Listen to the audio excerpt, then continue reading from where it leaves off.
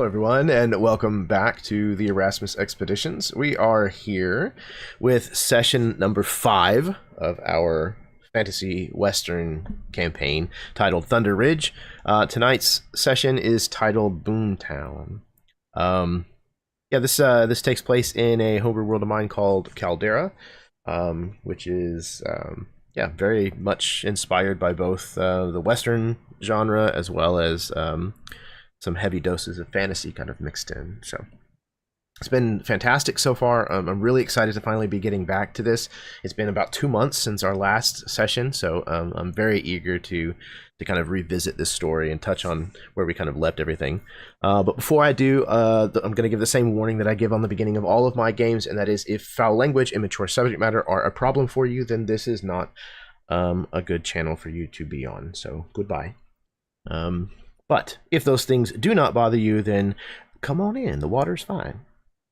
I'm going to pass things over to my players so that they can introduce themselves, tell you where you may or may not be able to find them on the internet, and what they may or may not have going on that they would like to mention. So we're going to start with my brother from another mother, Chad Nick. Hello, Internet. Hi, my name is Chad. I play Virgil Tombtalon, and I'm very happy to be back and doing all the lovely things with all of y'all. I play a warlock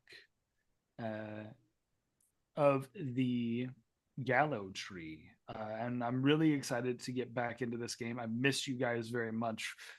This story has taken a couple of twists and turns, and I know that it's only going to get weirder from here with the cast and crew that we have here. So very excited. Yeah, man, absolutely. There may or may not be a few twists up ahead. We'll see. All right. Next up, speaking of twists up ahead, Nathan. I'm Nathan. You can find me mostly on Twitch at Dimension119. Really, that's where you can find me. Anywhere else on all the other socials as well, but most prominent on Twitch. I play a variety of games. Right now I'm playing through The Witcher 3. Just recently got the DLCs for that, so my 95 hours that I've already played is going to be extended by another 50 hours or so. So we'll be playing that for another couple of years, but it's fine. I also do survival games on Thursday nights and a couple other nights, just kind of depending on how we do things. I was recently added as a co-host on the State of Survival podcast. That's kind of the project I've been hinting about across the internets. So there'll be a lot more survival games over on Dimension 119, just as research and grabbing information for the different podcast episodes we're doing. We normally do Adventures in Middle Earth every other Wednesday on the channel. Unfortunately, one of our players is having some life things happening right now, so that's going to be on hiatus for the foreseeable future. We decided that our party dynamic wouldn't be as good without that player, so we're just kind of postponing that for a while. You may see some one-shots hosted on the channel from various other creators and DMs. As well as you may see me popping up on other channels on Wednesday nights instead of streaming on my channel for that reason. Just kind of continue the tabletop role-playing game cycle there. With I have a few games in the works that I need to put finishing touches on, and then just get over being uncomfortable and scared of running them. But maybe that'll come someday. But yeah, that's pretty much me. I'm playing Dusty Reynolds. I am a fighter coyote that likes to throw knives around. Fantastic, man. Yeah, I'm really excited to see what you may finally run.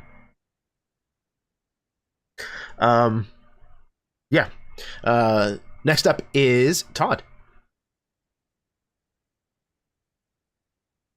I'm Todd. I play an Owlin sniper, and I'm not on the public socials, so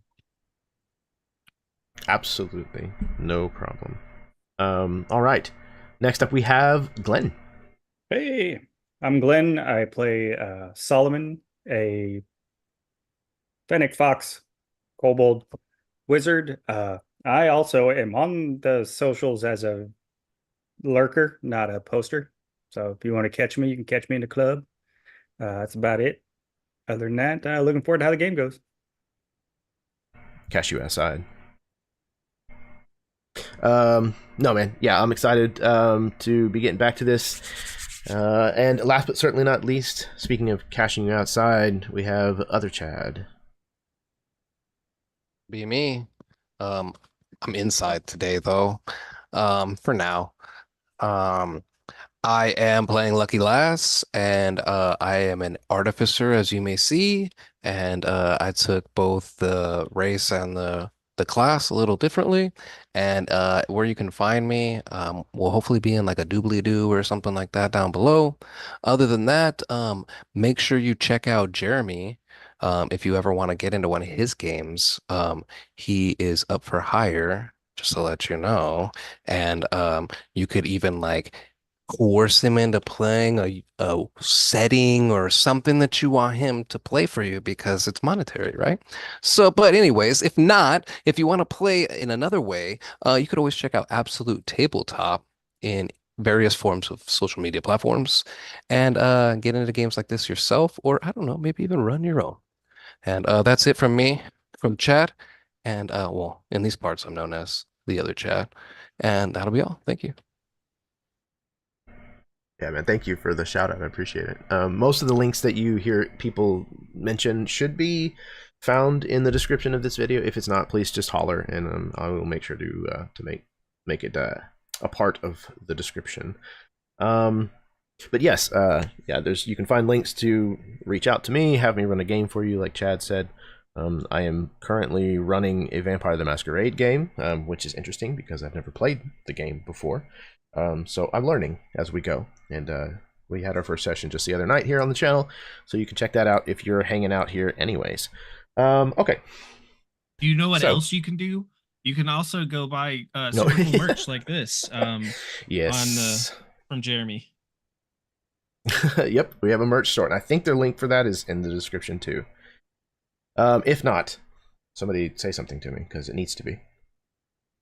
Okay, without further ado, if y'all are ready, I think we can get this game started. Zootelu. I have missed one.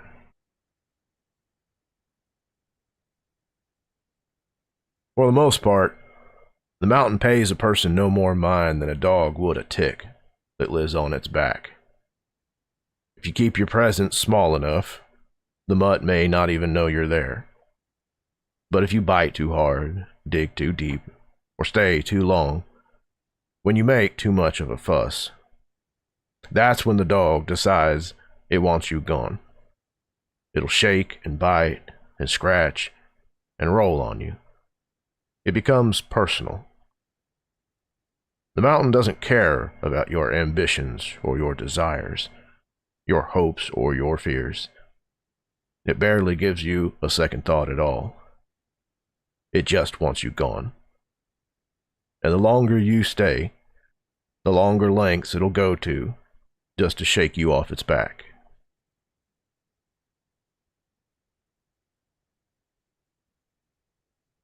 We rejoin the five of you as you head back towards the town of Thunder Ridge in the mountains, where it's already winter, full blown.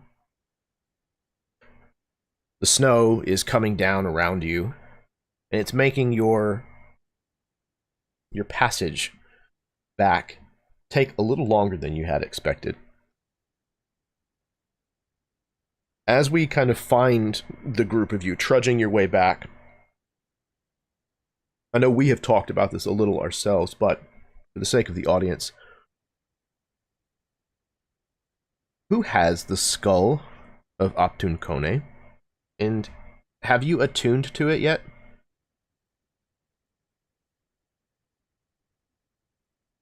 Honestly, I believe so. Okay. So after you had taken a short rest at some point, you know, a small midday break, whenever the snow was the hardest, something like that. After you had kind of concentrated on this thing, been in close proximity to it for a short period of time, ever since then, it has been levitating behind you at about head height, and it follows you wherever you go.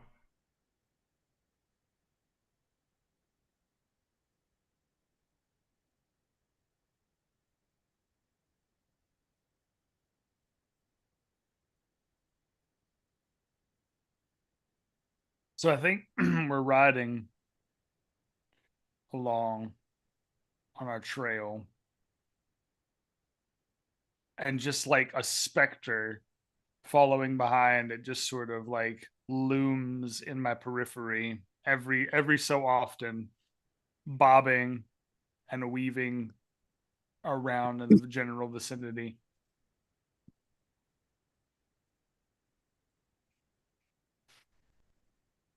Virgil, far be it from me to critique someone's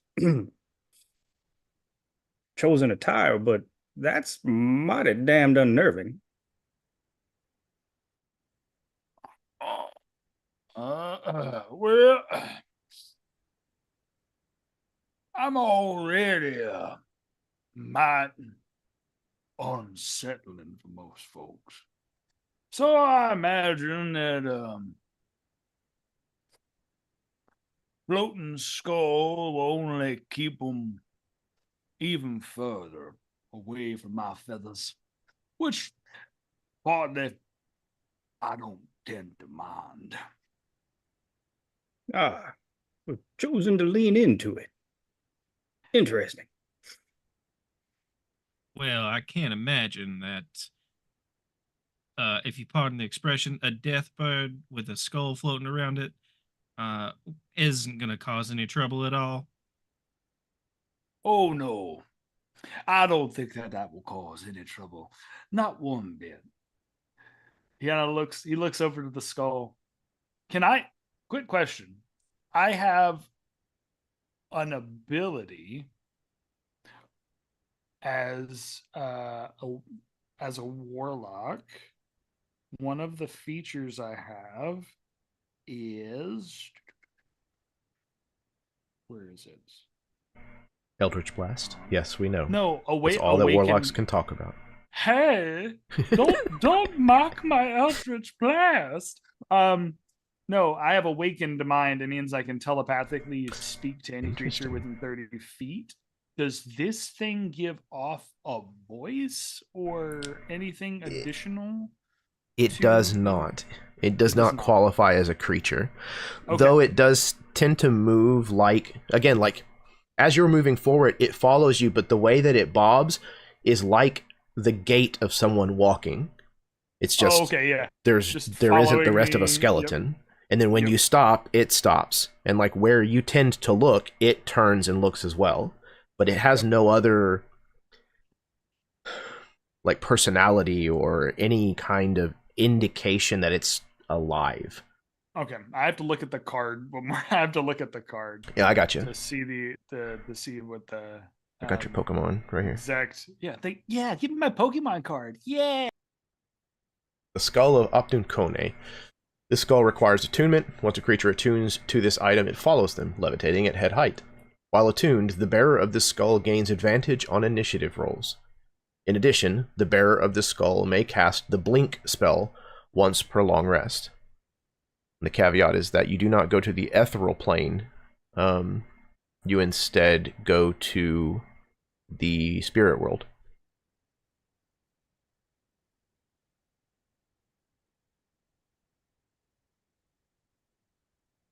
Something you might want to keep in mind is that there's basically advertising your arcane item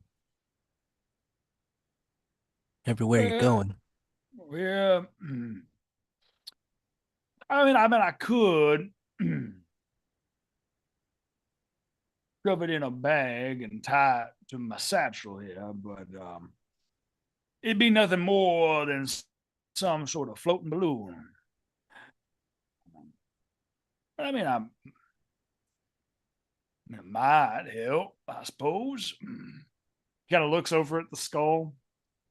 There's like an empty satchel bag sitting along the side of the horse, and he looks at it. Long, like leather drawstring strap. And he'll try it. He'll try to see what it looks like, you know? Like if he takes a leather strap, like a leather satchel, and just like wraps it around this thing and then ties that to the horse, does that look anything less than what it was? Or can I even do that without disturbing the attunement? I mean, it goes in the satchel without any problem, and but does it still float inside the satchel? I mean, it floats inside the satchel, but the satchel itself is probably pretty heavy. So this thing doesn't look like it would necessarily carry much weight. Okay. But it's kind of weird because like the saddle bag on your horse is just kind of not against the horse's body, but it's certainly not as obtuse as a floating Dorathian skull. Yep. So I think after a while, after all, pretty much the entire party has mentioned it, he'll just he'll keep the floating skull on the horse for now, and then when needed, he'll pull it out and keep it with him, because I imagine it's got to be in the vicinity of me to be able to use. So if I get off my horse and I leave it on the horse, it wouldn't work, right? Okay, correct. Yeah, your guess is that if you spent much time away from it, that the attunement would basically fade, go away. Good news. You become unattuned. Your horse may get attunement, then your horse will have initiative. My horse can get initiative, and my horse can blink away. That'll be fun. Like it. Okay. So, in the few days that you've been gone, the snows have deepened considerably, as we mentioned. And at the rate that it is currently coming down, you wouldn't be surprised at all to learn that the passes are likely already closed. Which would mean that Thunder Ridge would be locked in for the winter. Now, as you start to near the edge of town, you can see that the corral is teeming with horses and wagons that are currently draped in canvas tarps.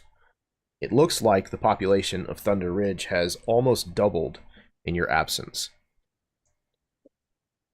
Deciding to winter in on Mount Bitterford is a daring choice for people who are new to Thunder Ridge. So, as you ride back into town and notice this, where are you headed? What are you gonna do?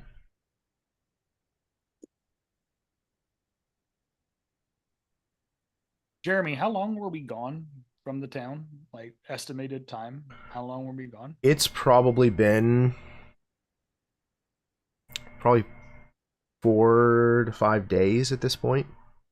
Probably close to a week.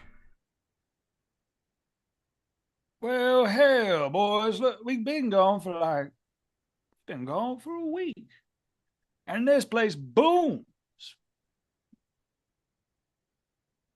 Well, at least we can hopefully be more inconspicuous with a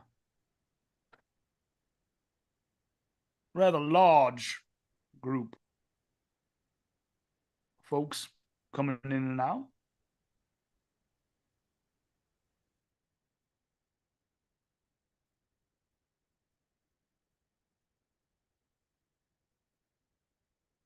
Suppose we keep ourselves inconspicuous.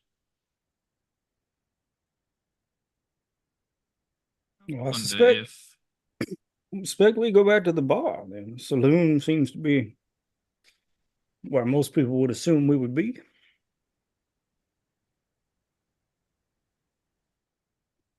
Wonder if this is normal around here, or if there's something special going on. It does seem a touch more crowded than before. I definitely like your idea about heading back to the saloon. I could definitely use a drink after everything we've been through.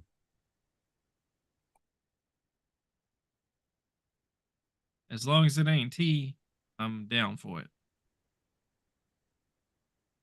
I hear that, brother. So do you want to head to the saloon, or do you want to head back to the billiard parlor?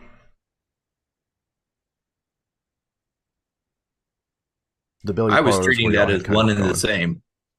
Fair enough. I mean, it is also a saloon, but it's not like this The is official saloon? the big, prominent saloon. It's pretty well known that if you head to the Queen's Block, which is the billiard parlor, that you're probably there for more than just a drink.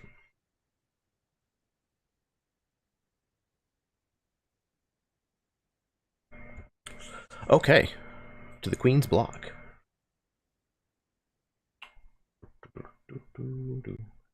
Let me see.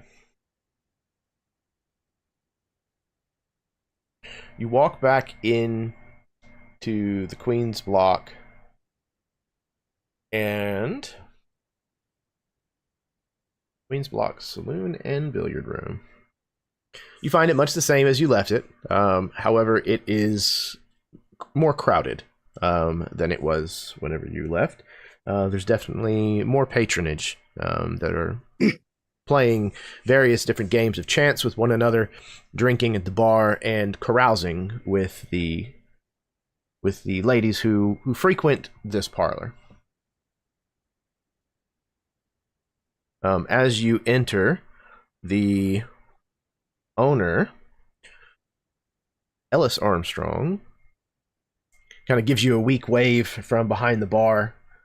Looks like he might be a little stressed trying to keep up with this sudden increase. Y'all come on in.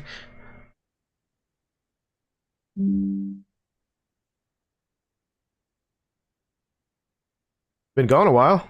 Hadn't seen any of you.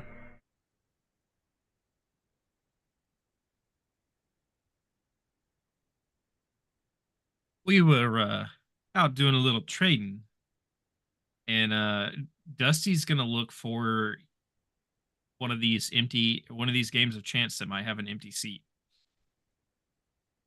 Make Okay. a beeline.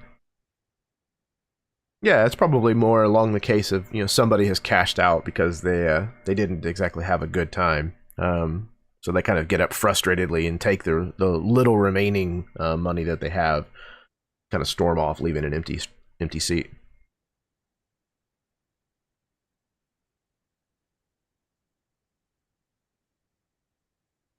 Why, Ellis, had a drink for me and the boys, and while we're at it, I mean, not to be crass, but business seems booming. Yeah, you certainly say that. So, whiskey, okay? Certainly, yeah. He It's pulls out a shot glass and sets it on the bar and pours it to the brim. this normal for this time of year? Like a winter festival I didn't hear about? Or No, something along those lines? I've never seen it this crowded before, much less during the winter. Any of you or the ladies pick up on what suddenly garnered all this attention? Not that you don't have a fine establishment, but I doubt that it's a tourist sort of occasion. Think it has to do with that new claim. Seems to be drawing all kinds of folk here. Every day it seems like there's 10 more people, 20 more people that just show up out of nowhere, coming in out of the snow. Keep an eye out if they seem to group up. People tend to, well, let's just say the more unscrupulous types tend to separate out as they come into town instead of drawing attention by coming in as a murder, so it would seem. He kind of nods conspiratorially to you. Now, where's my desert flower? Need to find me some game of snooker, perhaps. You definitely find Primrose. She's off in the corner somewhere, plying her wares. She's sitting on the lap of a rather large human, but I mean, she probably outweighs him by probably 100 pounds at least, and he looks like he's dying. He's red in the face and he's struggling. And she is just laughing and like, you know, patting him on the arm and the chest and just not even cognizant of the struggle that he seems to be going through. Saul will just catch her eye and give her a nod and then go find a place, not trying to pull her away at all, but sort of giving her the indication that I'm here for a while. Take your time.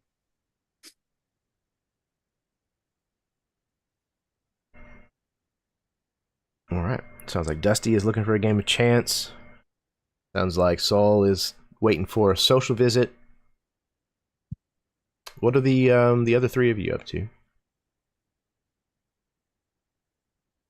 Elias is posting up at the bar towards the back, trying to make sure that his back isn't exposed to the crowd, and Okay. just drinking the whiskey. Okay. Yeah, absolutely.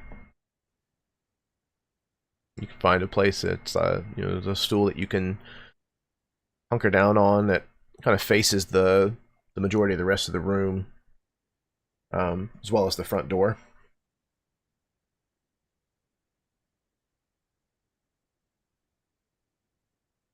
I think Virgil would take a seat for a moment down next to Elias.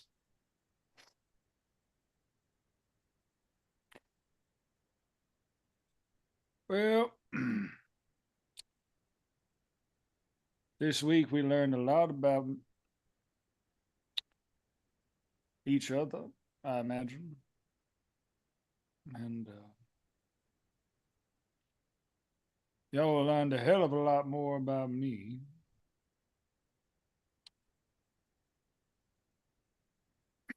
Kind of like swirls his bourbon around in the tumbler.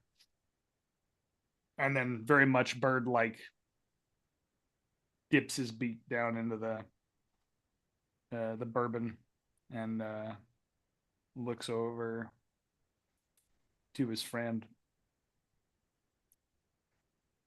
I know you found out about things that I never wanted to tell you. But I suppose now is better time than ever. And I'm sorry you had to learn about it like that.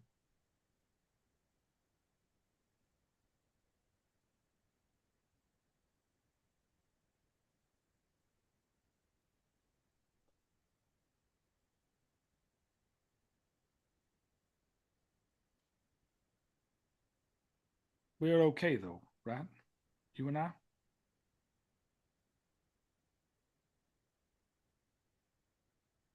Yeah, we're good. Good. Because I wouldn't want you to think that I was ever going to cash in on that request. I don't have no intentions of doing that. At least not for you.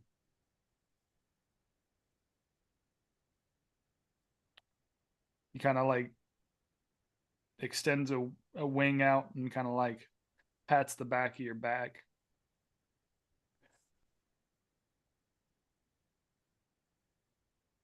We've been through a lot, Elias. And I don't know a whole hell of a lot about the rest of these boys we got, but I feel I feel like I'm dragging y'all to hell. Be honest. It's me. It's the whole reason y'all getting dragged up in this. Well, it was definitely an interesting place to go, but I don't necessarily think we're being dragged to hell.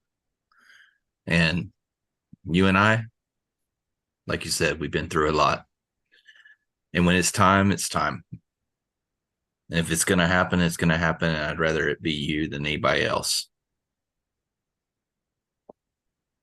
Fair statement.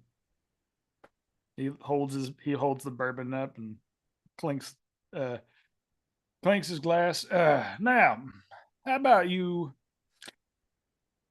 Nah, Lucky. How about we see about this claim? Because looking around here, this many folks trying to cover that claim. That man in that carriage can't be that special to bring all of these folks out. So now it makes me even more curious what that claim has in it and why people want it so bad.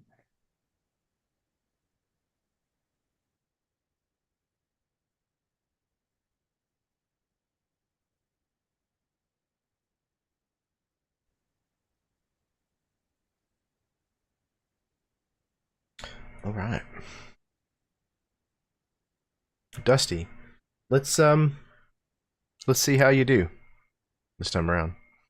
Right. Are you proficient with any kind of game sets or whatever they call? I think so. I'm proficient with one type of artisan tools, but I don't think I'm proficient with any Okay. games. Okay. Let's roll probably an insight check.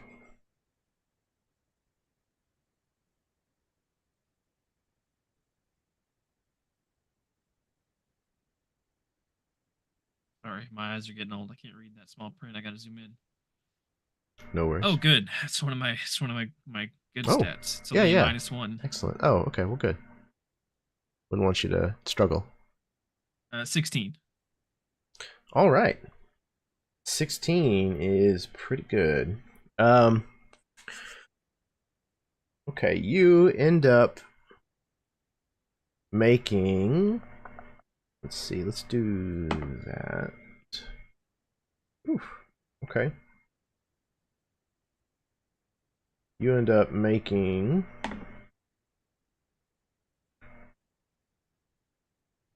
9 gold pieces, 7 silver,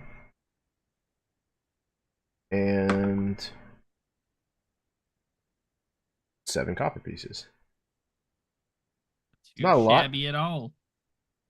Not a lot of money, but for most of the kinds of folks that come in here, it's a fair bit for how long you've had to sit down and fleece them of it. I think that I think that Dusty's trying to. He's not trying to lose, but I don't think he didn't sit down here to make a fortune. He sat down to have a little bit of fun, but also more to try to win some information. He's kind of doing much the same as he did when him and Virgil played when we first got to this place. He pulls out this silver cigarette case and offers cigarettes to a couple of people. And then once anybody or everyone has kind of taken their fill and gotten a light, then he pulls out his cigar and pops it in and just starts enjoying the game and just small talking, trying to figure out what brought everybody here and things like that. Okay. Roll me. We'll do it as Investigation or persuasion?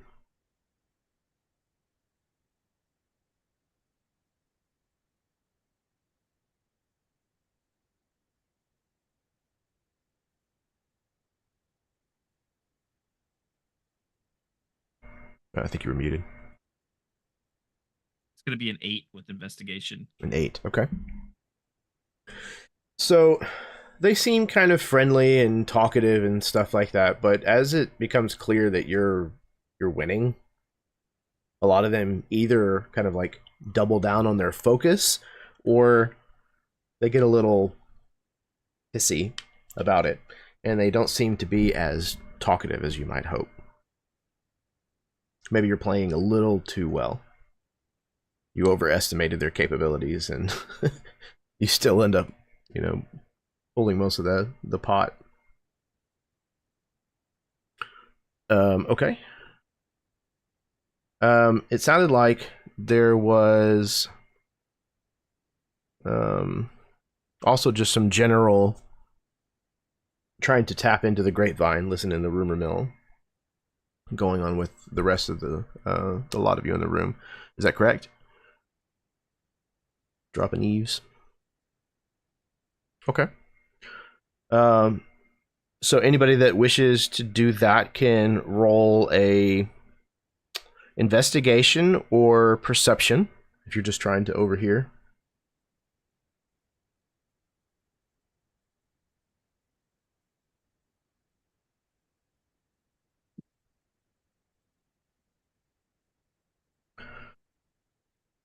Anybody? Saul crit failed that, so I'm pretty sure I'm okay. too enamored with Primrose. Waiting for her to come back. Mm-hmm. It would have been a 5, so pretty low. Yeah. Definitely no news. No new news. Laz, on the other hand, wherever you are seated, wherever you've been kind of spending the majority of the time since you've been back, oh, I know what.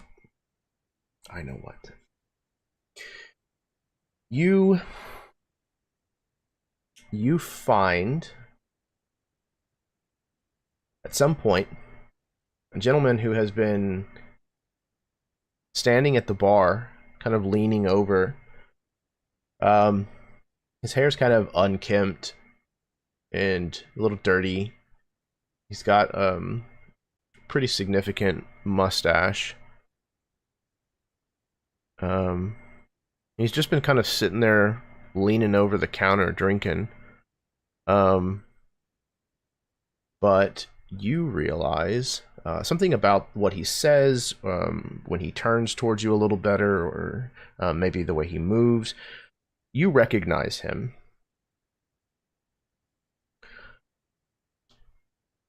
He has 2 irons on his hip. And that may even be how you end up recognizing him. You recognize this man as Jack of Spades Blake. His real name is Sherman Blake. And the last time that you crossed paths with this man, he rode with Captain Kai Morgraf.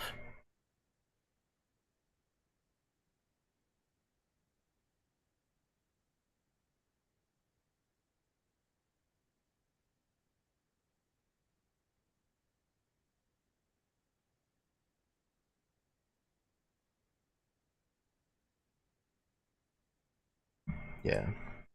Yeah. I'm going to as an action don my helmet.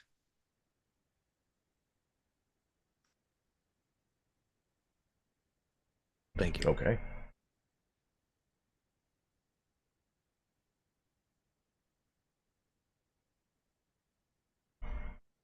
In an attempt to stay hidden, or Yes, to conceal my identity. incognito. Yes, please. Okay. So you kind of very quickly, very discreetly kind of put this on. and he finishes, the drink that he's been working on, and eventually he turns and he sidles out of the place. Some point during all of that, Primrose would have realized that the bow that she was working with had his fill. His legs were asleep, and when he went to go stand up to go use the outhouse, he fell to the ground and was not in a good headspace.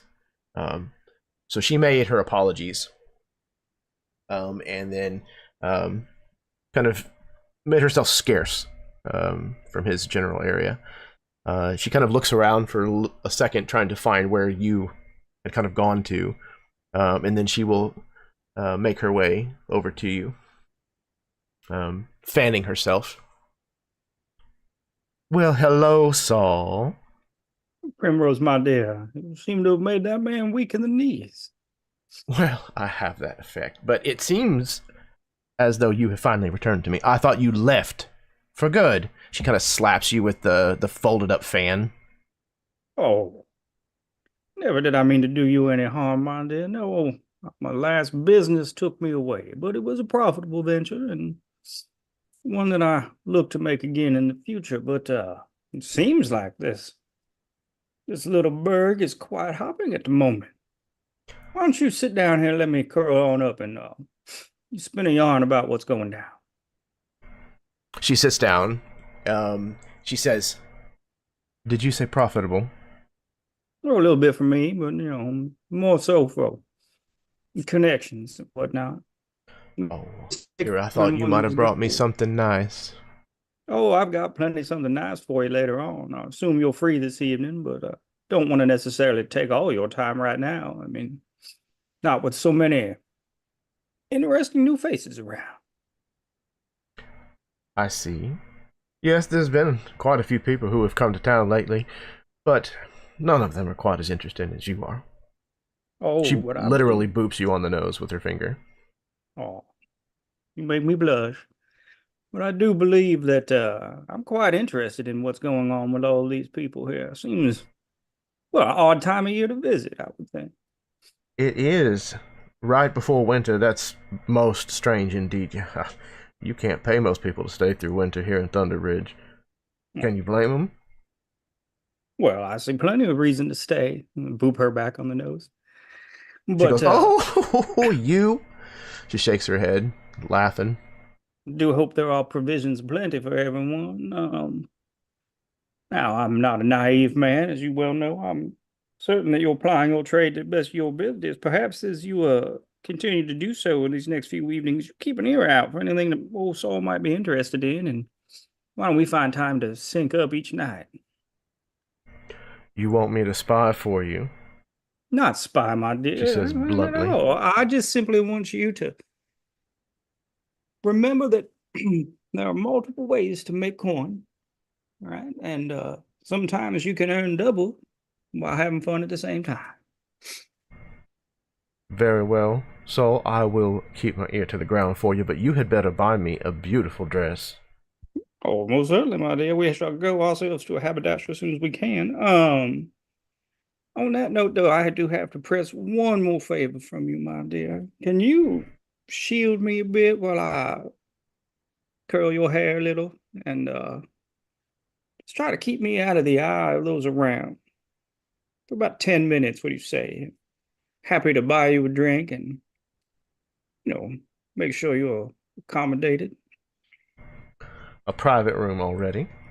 Not a private room just yet. No, here nothing quite so lewd as the private room's behavior, although I do look forward to it. Here in public, I simply need to gather my thoughts and prefer if not everybody was looking at me while I did it.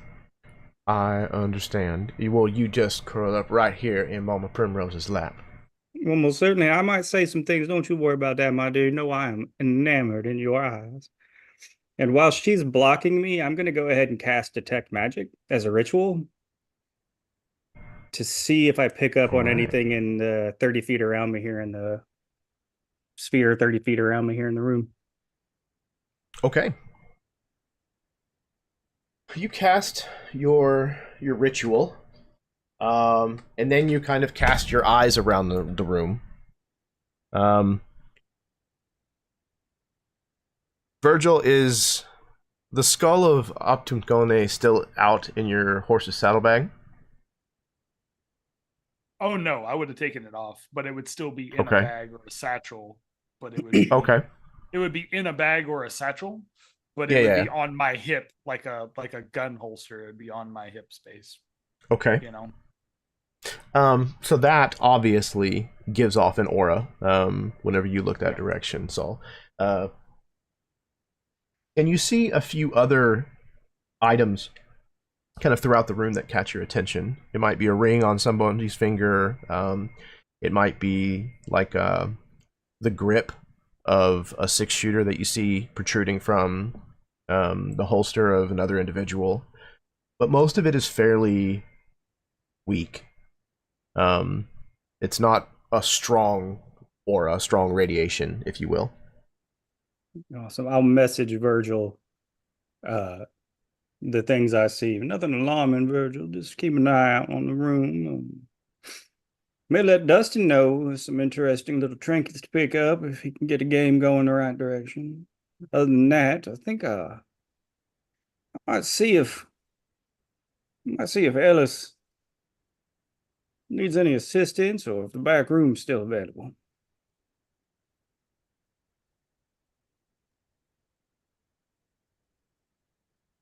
And then go talk to Ellis, the bartender, and be like, "You seem quite a wash. Anything we can do to help out? Perhaps, or maybe we could disappear to the back, keep the seats open for you around here." Well, to be fair, I'd be perfectly fine with you moving it to the back if you have some business you'd like to attend to. It certainly would open up the floor a bit. Certainly, I can't speak for all my compatriots, but I think I'll hang out. If you need the room, just poke your head on in and let me know. I'll skedaddle out on that way. Much obliged, Saul. Much obliged. Much obliged to you too, sir. And then Saul will wink or let Primrose know that once you find me around the time it gets your bedtime. Until then, my dear, good hunting. And I'll pop into the back room. Do the rest of you join Saul in the back, in the private room? Well, I imagine after Soul has done the detect magic and told Virgil about that, Virgil will message Dusty, and then also subsequently he will message Lucky. But he'll message Dusty first. So, seems like our furry little magpie has decided to cast his eye on some shinies in this building. If you're planning on playing for longer, maybe we can line our nest with a few things, so to speak.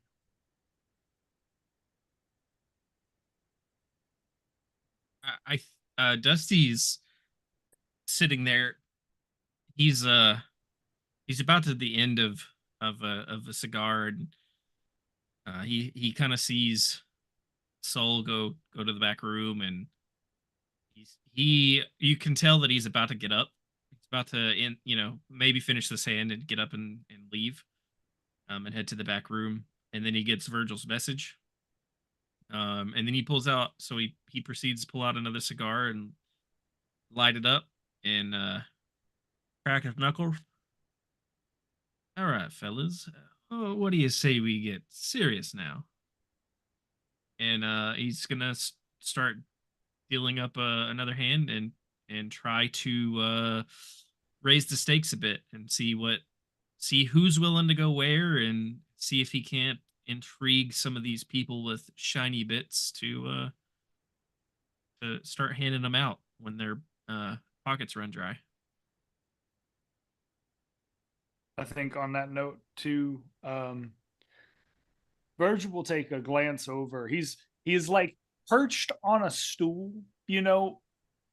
His tail feathers are lining the back of the stool like a long trench coat would along the back, but his talons are perched up. So I imagine it's like this very awkward, like crouched sitting with his arms like dangling in the middle of his jacket of feathers, just like absent-mindedly clawing his bourbon.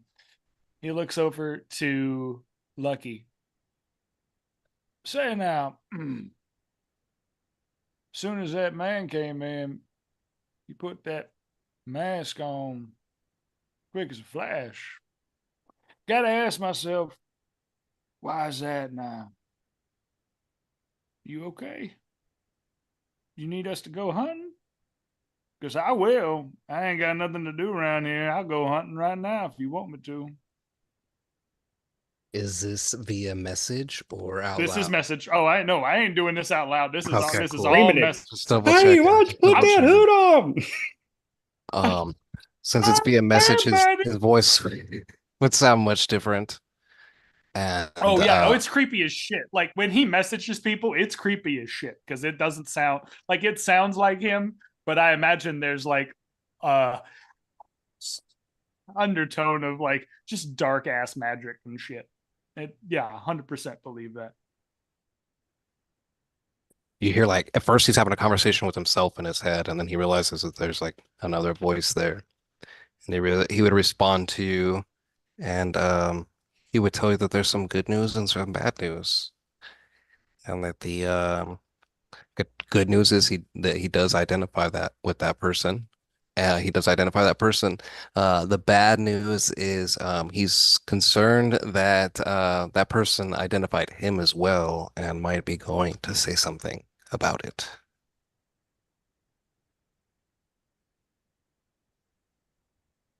So hunting sounds wonderful.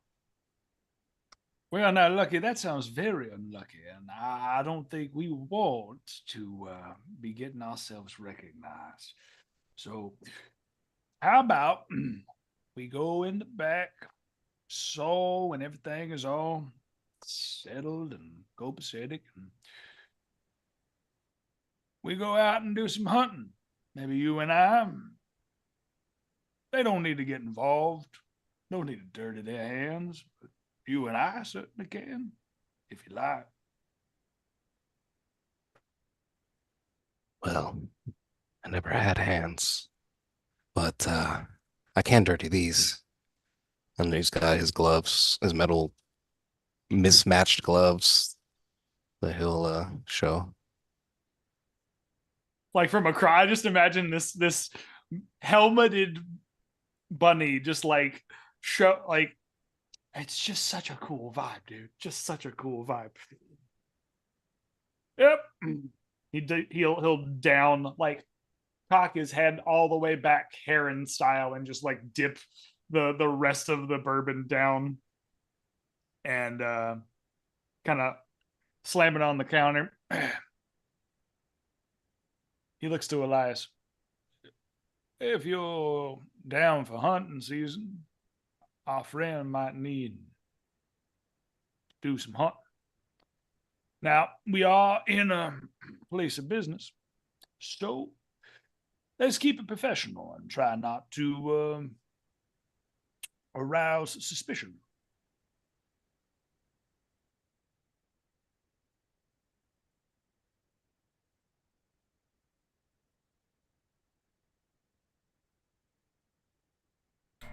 So it sounds like, at some point at least, there's a number of you who intend to try to go after Jack of Spades Blake. Is that correct? Okay. Who all is going? Sounds like Virgil and Lucky. I'll go. Okay, Elias is going as well. Do not believe Saul is aware. Yep.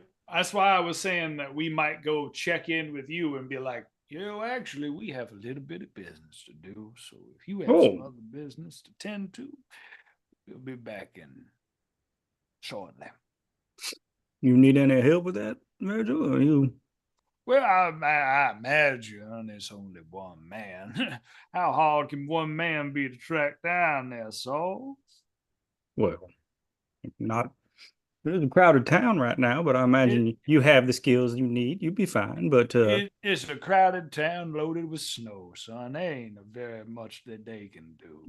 if you need anything, be feel free to just send a word, and I'll be there. If you go scanning off too far now, I, I hate to hear something happen. So feel free. I'm simply waiting time for my place to be ready. Your cuddle bunny, I understand. Oh yeah. I gotta stay warm in this weather. I'm a desert creature after all. Yep. Wouldn't want you to freeze in the snow, son. Wouldn't No, want you to sir. freeze in the snow. Awfully deep out there. I'm quite worried about getting lost. Don't worry not. I'll be here for that. I mean, obviously, Dusty seems well, he was at the tables last I checked, but as I said, you need anything, you let me know. Well, we'll return shortly, I imagine. Shouldn't take long.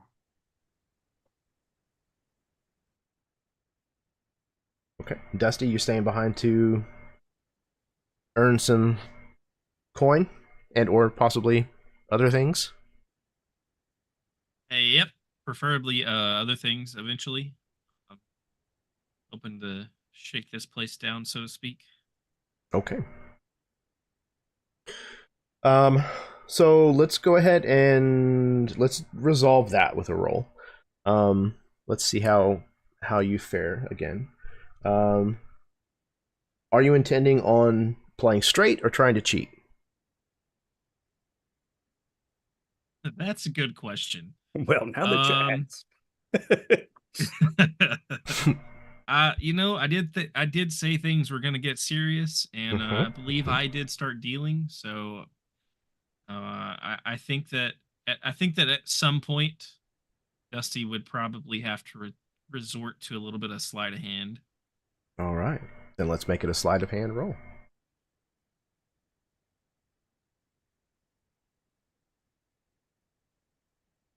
It's gonna be a 21 total.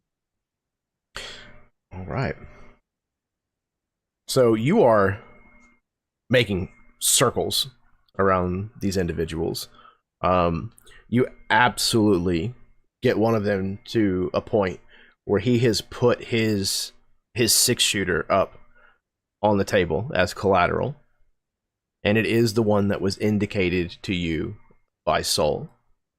So this one, according to Soul at least, had a magical aura to it. He is fuming mad. You have managed to bluff him into having to put this gun on the table just to call the bet. And he kind of finally gets this, slams it onto the pile of gold coins and silver coins and copper coins, banknotes, other pieces of jewelry, the pocket watch. He slams it onto the pile and he says, "Now I call, you son of a bitch."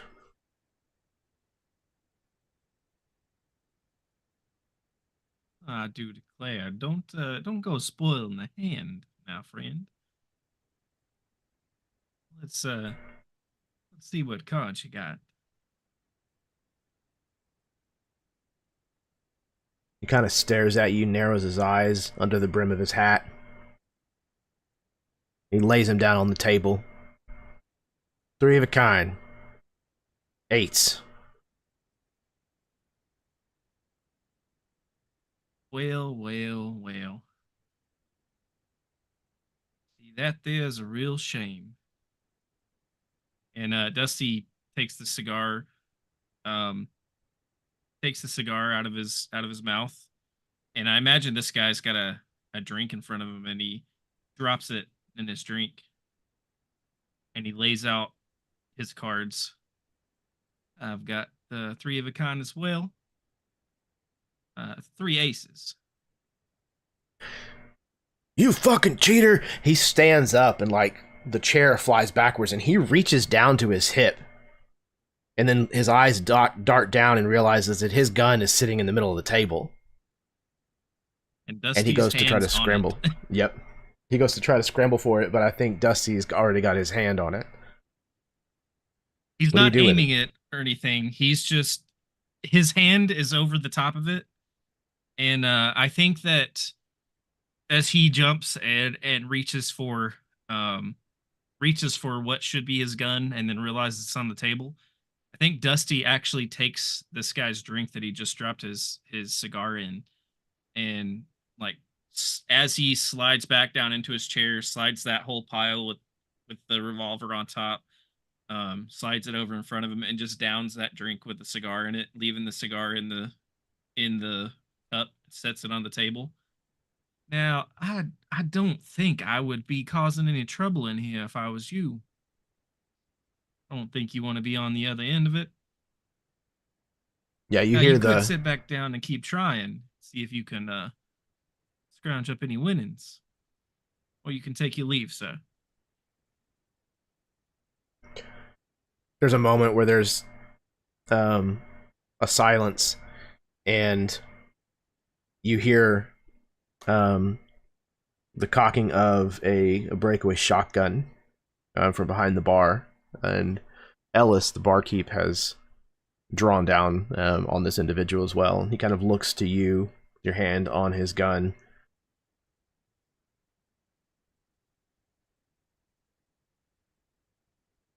You'll see. There's gonna be trouble. One of these days, it's gonna find you. It's gonna find you in a dark alley. Well, there you are right. There's always trouble. And I think at this point, Dusty picks up his revolver and just starts to unload it. Starts to pull each shell out one at a time and lay it on the table. He shakes his head, and he turns and he kind of storms out of the casino. After he's gone for a full 2 seconds, the piano comes back on. Somebody starts playing the music again, and the entire atmosphere just goes right back to what they were doing before. Somebody's, walking across, they pick the chair back up, sit down at the table.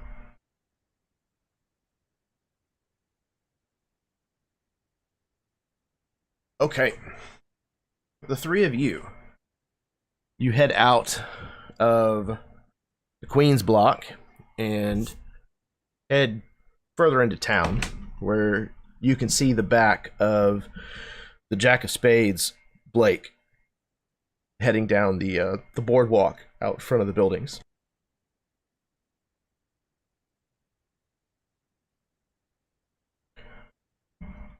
You watch as he kind of turns the collar of his coat up against the extreme cold, kind of pulls it tight across his chest and hunkers down a little forward as he walks. You can see him kind of looking into the plate glass windows of the storefronts that he comes across. But he never seems to quicken his pace. He never seems to really look back at you. He just continues on his way. You would hear the modulated voice through the helmet that Lass is wearing, and without his normal sounds that you hear, and it would sound a little bit like Ironmonger, from the first Iron Man, and he would say, "That's our guy."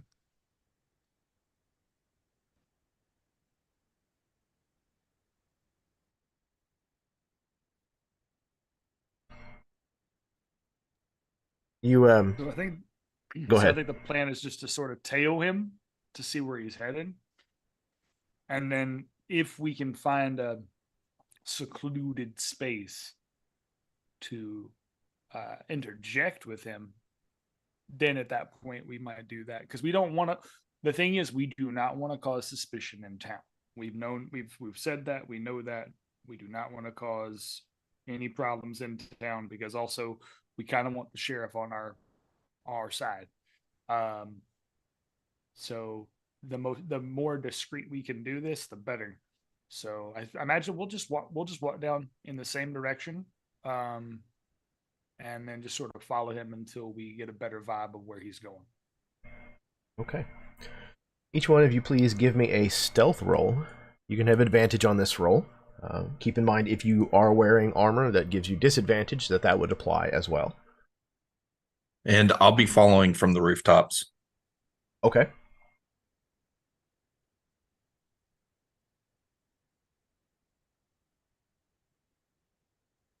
Well, that's a nat 20. I Ooh. used the metal die we use for kids on bikes. First time not on the tray it's supposed to go to, and rolled a 20 on the first roll. Okay, so nat 20 from Virgil, a 19 from Elias. Get Lucky's roll before he got up, but oh, there he is. 16, my friend. 16. All right, so everybody did really well. However, at some point,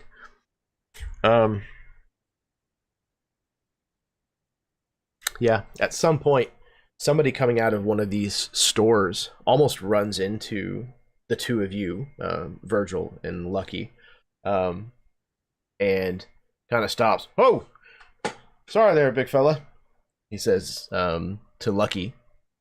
And when he does that, you watch as Sherman kind of looks back at the noise to see what the disturbance was. And he looks at the two of you and kind of does a double take, and his eyes look straight at Lucky. And he kind of stops, and then his eyes get big and he turns, and he's very quickly making his way, picking up the pace now.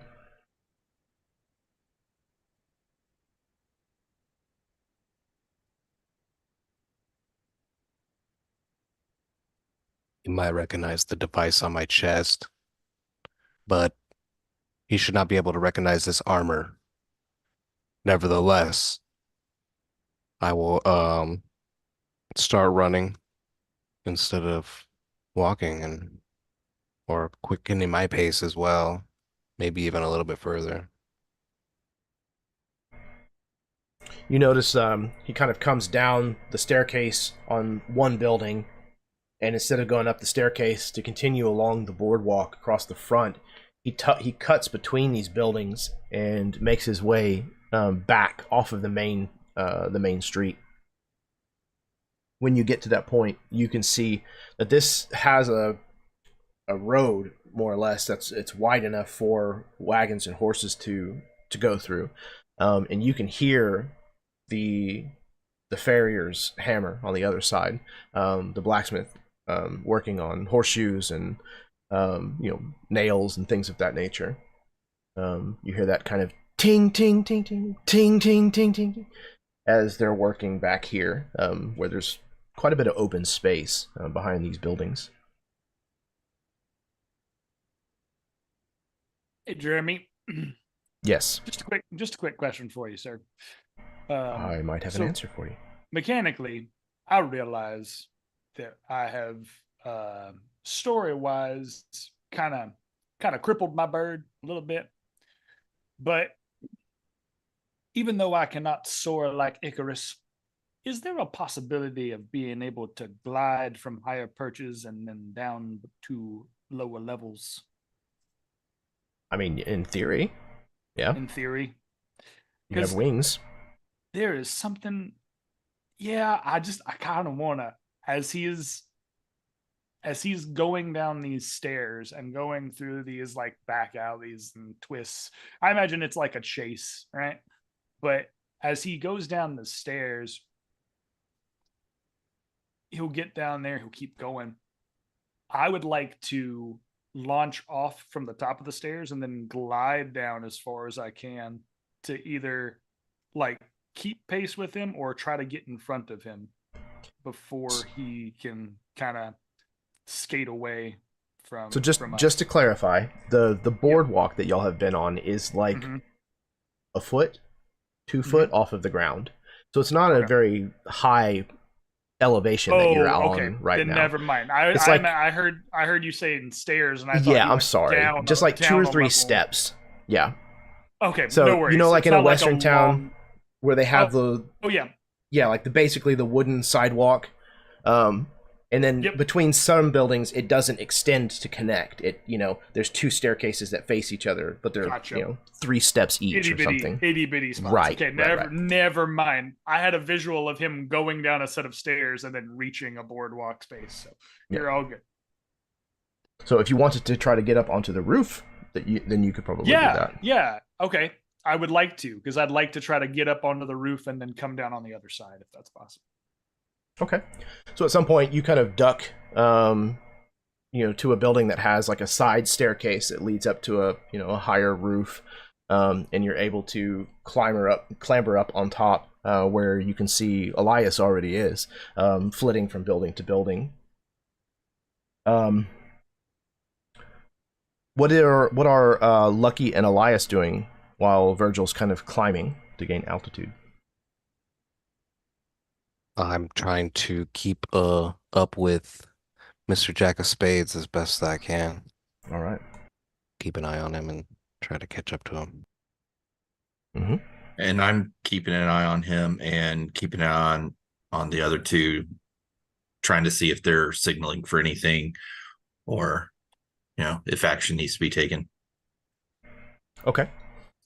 Are you headed back like to the back of the building's roof where you can look down into like the farrier's yard? Yeah. Okay. So you start making your way that way. Lucky also is. Virgil is just a little behind because he's had to basically climb up before he can then get vantage. But as you round the corner, Lucky, and as you, Elias, kind of get to the edge of the back and you're able to look down into this kind of cleared area, you see the individual that you've been pursuing running up to 2 others who look like they are brushing down their horses. And he's gesticulating kind of back over his shoulder and kind of, grumbling and yelling. And he kind of looks back and sees you coming, and they all start scrambling for their weapons. So what I would like is for the 3 of you to please roll initiative.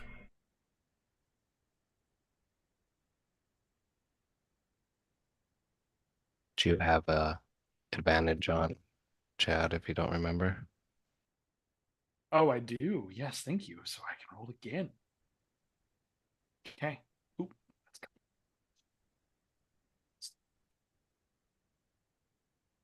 Okay, let's see what we got here. We got okay.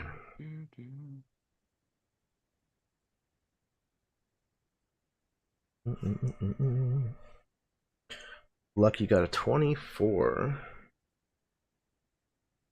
Click on the draw. Okay.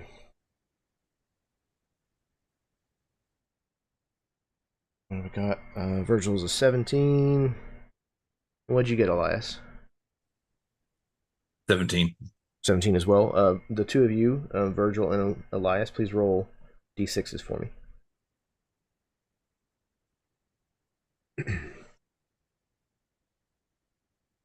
A 3. What you got, Chad? I also rolled a 3. Okay, roll them again, please.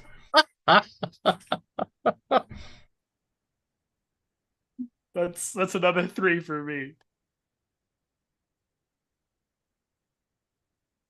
What'd you get, Todd?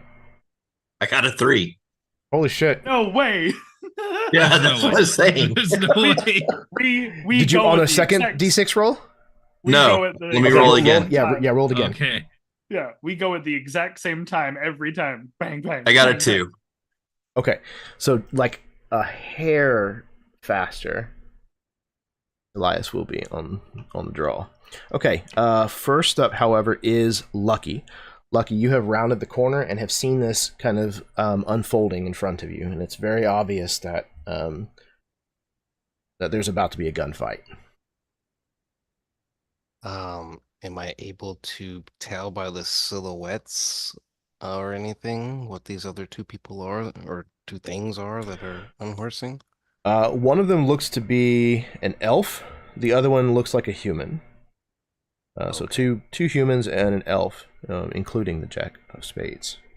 Okay, well, I would like to close the distance between Lucky and the Jack of Spades. What is your normal speed?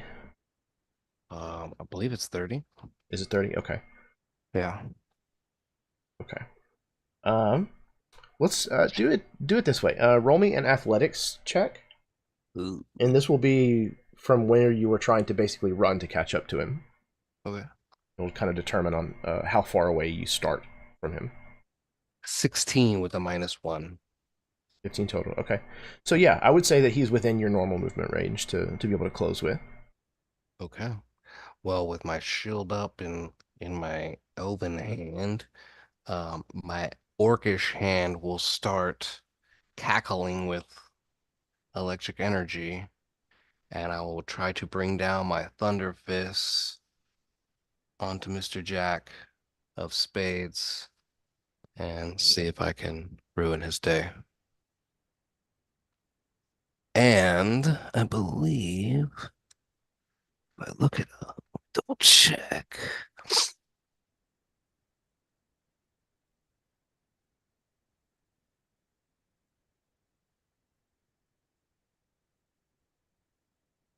Okay, no, I can't do it at the moment. But well, I guess I could. I'm going to use Booming Blade, but I'm gonna use it through my Thunder Fist. So it's going to be like Booming Fist, I guess. Um Okay. and try to do that.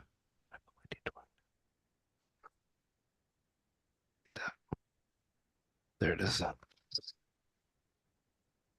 Not so good. But altogether we have a 10. 10 to hit. Is not going to hit. So you charge forward, kind of like striding across the kind of snow-covered opening of this farrier's yard. Um, like each step, of course, cinematically kind of timing with a blow of the hammer on the anvil. So every time you take a step, there's this shower of sparks that also kind of accompanies it, and a boom and a bing, as you then close the distance and you swing. But we see from the Jack of Spades point of view, just before this happens, that these sparks are causing this shadow to fall, because they're coming from behind him, and his shadow falls across the horse with one splash of sparks, and then another, and then we see a third time, but now we see the shadow of your fist starting to close with it, and he almost instinctually kind of ducks, and your fist just parts the air kind of right above his head, as he kind of ducks down onto the ball of one of his feet and kind of starts to rotate and spin as he's reaching for his dual 6-shooters. Elias.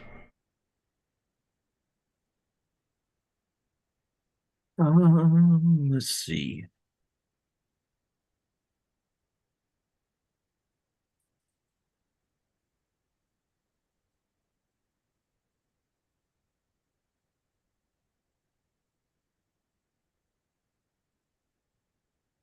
All right, I am. How far away are they? Probably about 30, 40 feet from you. We'll call it Okay. 35. Cool. Then I'm going to expend a grit point. Okay. So I'll mark that. That gets me advantage for Deadeye shot, and I'm going to Nice. shoot. You shooting Jack of Spades or one of the other two? Spades. Okay. All right, go ahead. 19. Will definitely hit. All right. That would be 11 points of damage. All right. Your shot. You are firing a rifle? Yes. Okay. So yeah, the report of your rifle kind of rings out. It was 11 points, you said? Yeah. Okay. Thank you. Rings out across this farrier's yard and tags the Jack of Spades right in the top of his thigh as he's kind of like dropped down into a crouch to spin around on Lucky. The leg that you hit drops forward so that his knee dips down into the snow, throws his balance off a little, but he's definitely still in this this gunfight.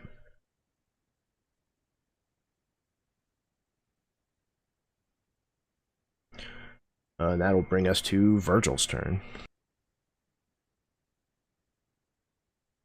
Well, Virgil is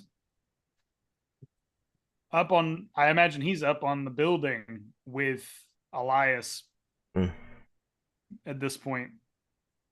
He kind of like taps Elias on the shoulder.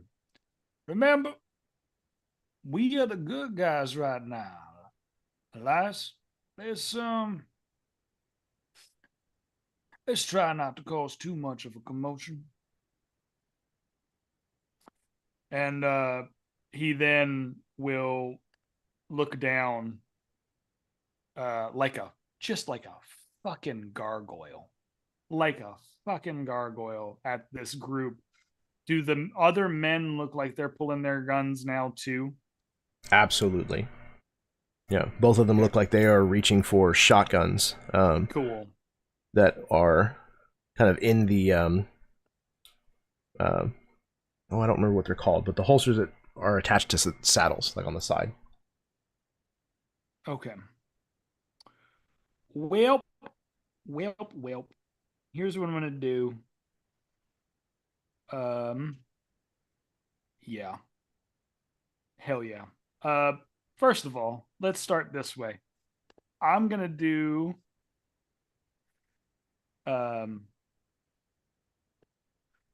Misty Step as my first. It's a bonus action to cast it, but I'm gonna do a Misty Step over to behind all three men, right? Behind all three of them. Okay.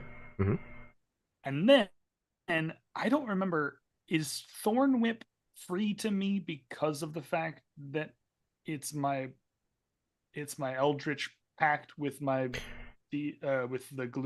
Gallow Tree? So it is to me to use or no? I mean, it is a cantrip, and it's a cantrip that you know because of your patron. So it's in addition to whatever other cantrips that you have chosen, but it still costs an action to use unless it says otherwise. Nope, you're right. It does. Well, I tell you what, I will. I forgot if I get 2 at 4th level or not. It doesn't say if I get 2 for Eldritch Blast. I don't think that changes until like 5th level. Till 5th level, okay. I could be wrong. So I will attempt, since the Jack of Spades is in front of my boy right now, I will attempt to Eldritch Blast the gun out of Jack's hand. Out of his hand. If that's possible. I'll go ahead and try to do that. So I'll Misty Step from behind all 3 of them, and then I'll just aim for his gun and try to shoot that out of his hand. Okay. So let's roll that up. Can I hit? That's a 16 on the die plus 6. So yeah, that'll be a good old 24. Okay, and this was Jack of Spades, right? That Yep. you were aiming at? Okay. Yep, that'll definitely hit. Okay. So I'm just aiming for the gun to disarm. And then let me see what kind of damage. I'll let the D&D Beyond roll my damage rolls here. So that is, ooh, that's pretty dang good. I'll take that. 12 damage overall. 12 additional. All right.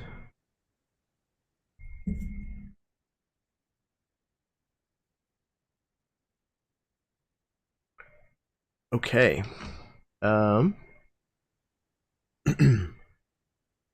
So you shoot out. What does your Eldritch Blast look like, Virgil? So first of all, I think the Misty Step alone is terrifying because it's like he bursts into a plume of smoke and feather that just comes off of the top of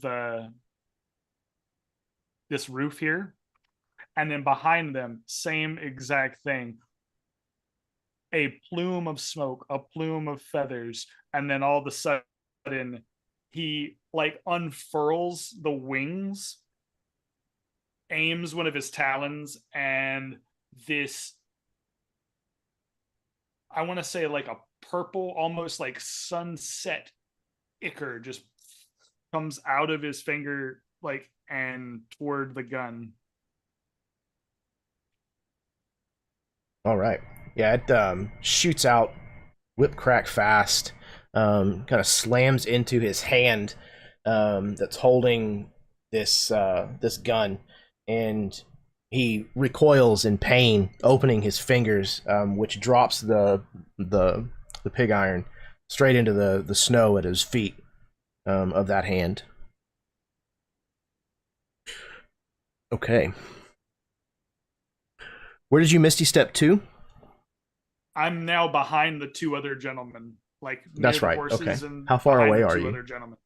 I would probably be like behind the horses that they were trying to like clean up and stuff. I'm behind them.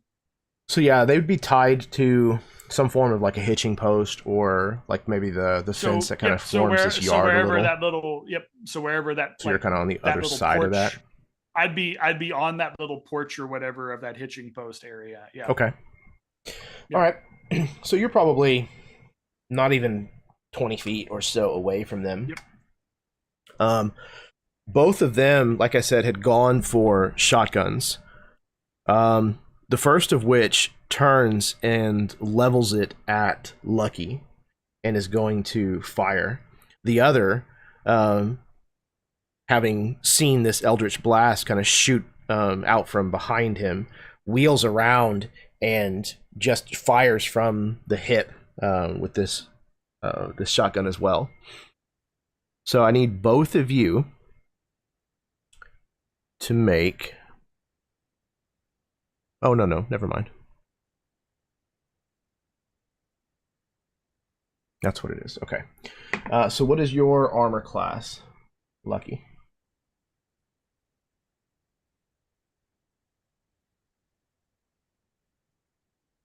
One team, my friend. 20. Okay.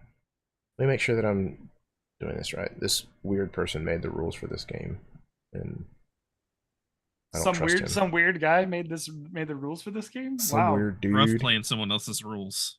Right? It really is. Wears glasses. Probably. Should just write your own. Okay. Armor class of each target within 60 foot. Okay. Yeah. All right. So shotguns work a little different than normal firearms in this game. They work as a cone effect. And basically where in that cone you are, the more damage you take. Unfortunately, y'all are very close. So Lucky, he's gonna hit you with a 15. No, he won't hit Lucky because Lucky's got 20. You got a 20, so he will not hit you. Yep. And it is not. Oh, that's what it is. Okay. I think because it's a cone, I think you still take half. Let me check.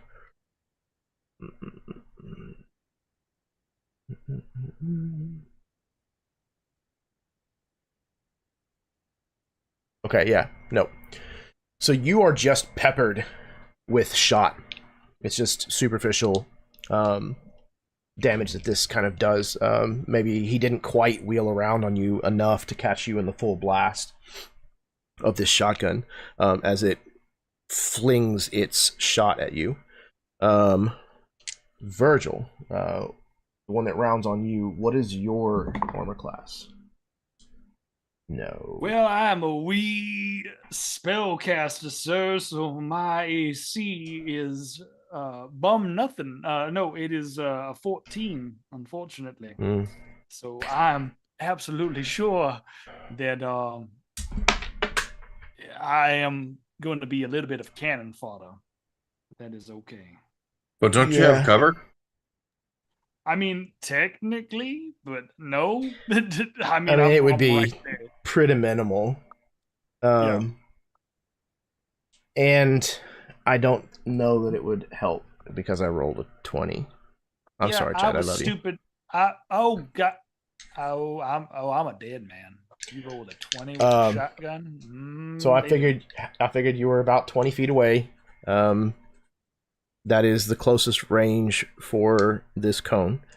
So that does mean it's going to be all the dice. Yep. So the first of which is me.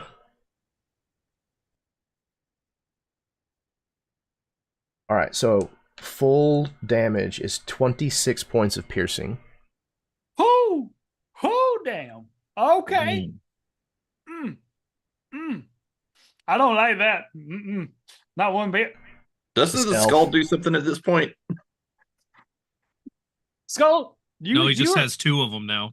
Do you revive people? Do you revive people, Skull? I need it. No, I am still standing.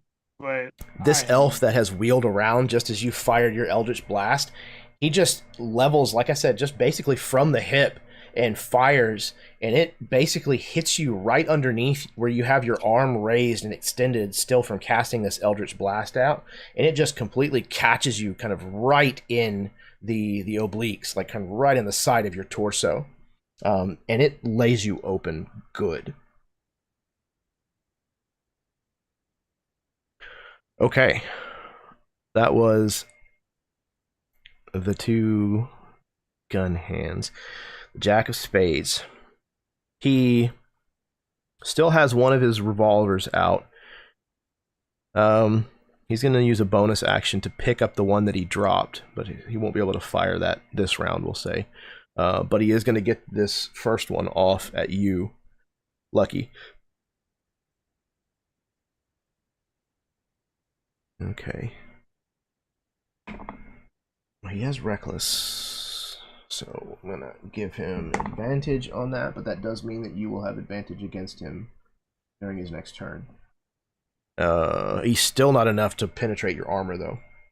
So he fires this bullet, and you watch as it sparks and ricochets off of one of the parts of your metal body.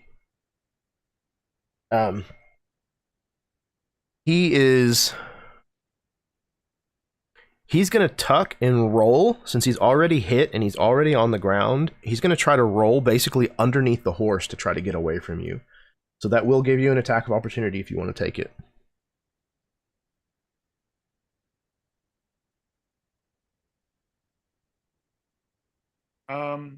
That's Lucky. Okay, Lucky. Oh, as a warcaster? Absolutely. Okay. I would like to use my booming blast of a fist on this person instead. Or is it the same? Is it same guy? Yeah, okay. It's the Jack of Spades. He's trying definitely to basically roll onto his shoulder in like a tumble forward underneath the horse to try to put the horse between the two of you. Oh man. No, that's a little bit less than last time, and I missed last time. So I miss him again. He's lucky. So he ducks forward, kind of like I said, diving into this roll between underneath the horse's legs, and you punch downwards, kind of punching all the way through the snow, impacting the frozen ground underneath it, but not connecting with your target. Okay. That brings us to the bottom of the round. Those of you who are still in the Queen's block, you absolutely hear the report of gunfire coming from closer to the heart of town. You see Elias kind of shake his head. Not again. That brings us back to Lucky's turn.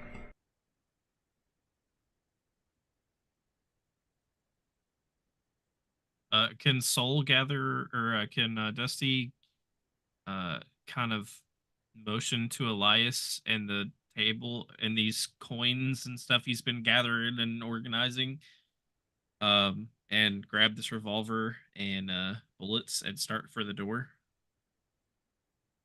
Yeah. So, yeah, you can indicate to Saul or Ellis behind the bar that you want him to babysit your winnings. So yeah, you can have it. You can roll for initiative. I think I would probably motion to Ellis, but I would maybe call out the name of Saul, kind of in the effort of, like, if there's too much trouble, you just let Saul know and he can take care of this. Well, I Fair think enough. Saul heard the shotgun blast, I assume, right? Oh yeah, absolutely. The two of you had no There's problem a- hearing it. If I'm not mistaken, there's a back door out of the back room, isn't there? Yes. I think then that Saul will just message out to Virgil, be like, thought you was gonna be quiet. And then start taking off towards that direction. You hear the most like bloody gurgled message you've ever heard in your life.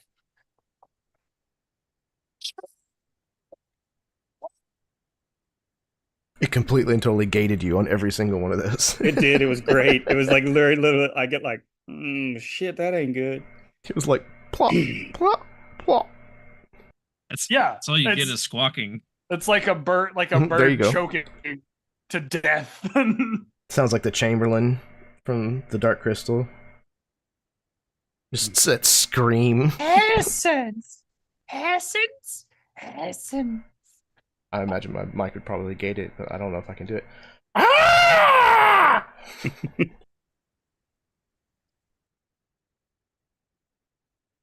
All right. So in that case, Saul, you can also roll for initiative. I'm not the most initiative having some bitch. 14. 14. All right. I'm gonna say it's basically gonna take y'all this round to get there. Get there. Yeah. Okay, so Lucky, it is your turn.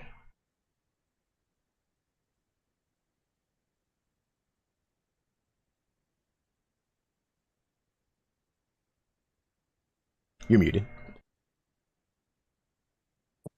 Well, I got a boomstick of my own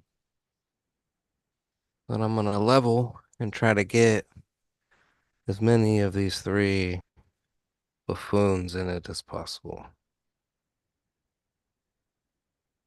So one of them is on the other side of a horse from you, so he'll have cover. And if you want to include him in your cone, you will absolutely have to include the horse that's between you in it as well. Never stopped me before. Just full disclosure. Appreciate it. Okay. So yeah, I mean none of them spread out at all. So they are all close enough to certainly be caught within a 60-foot cone. One of them is far enough away that he would be in the second band instead of the first band, and we'll figure out how that works in just a second. But go ahead and roll your attack. And it's the way that it would normally play out as a firearm attack. I think shotguns are the easiest thing to gain proficiency in. So if you have proficiency with light I do. crossbows normally, then okay, cool. It's one of the guns I can try and shoot. It is only a 9. 9, okay. Wow, okay. So you level this shotgun, and just as you're about to pull the trigger, this horse responds to the fact that you have just like pulled this gun out very quickly. It pulls backwards on the reins that are attaching it to this fence, and it snaps the cold leather, and it rears backwards and starts kicking, trying to get out of the situation. And as it does so, you pull this shotgun out and pull the trigger and try to get as many of these people as you can. But as the horse rears back, its front hock slams into the barrel of the shotgun, kind of causing it to go skyward. And it peppers them just a little, but not enough to hurt any of them. Okay. Mark that you have shot 1. The shotguns are typically reload 2. All right. That was Trying to lucky. close the distance between. You want to move? Okay. Yeah. Mr. Sherman and I. Okay, yep. He had just basically rolled to the other side of the horse and kind of stood up, so he was the one that was in the second range band, so he's about 30 feet away.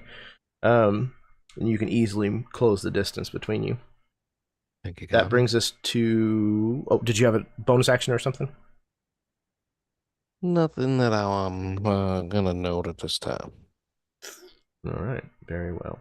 Elias, it is your turn. All right. I am going to shoot at the dude that laid out Virgil. Okay. This is the elf. All right. 14. Will hit. Oh, cool.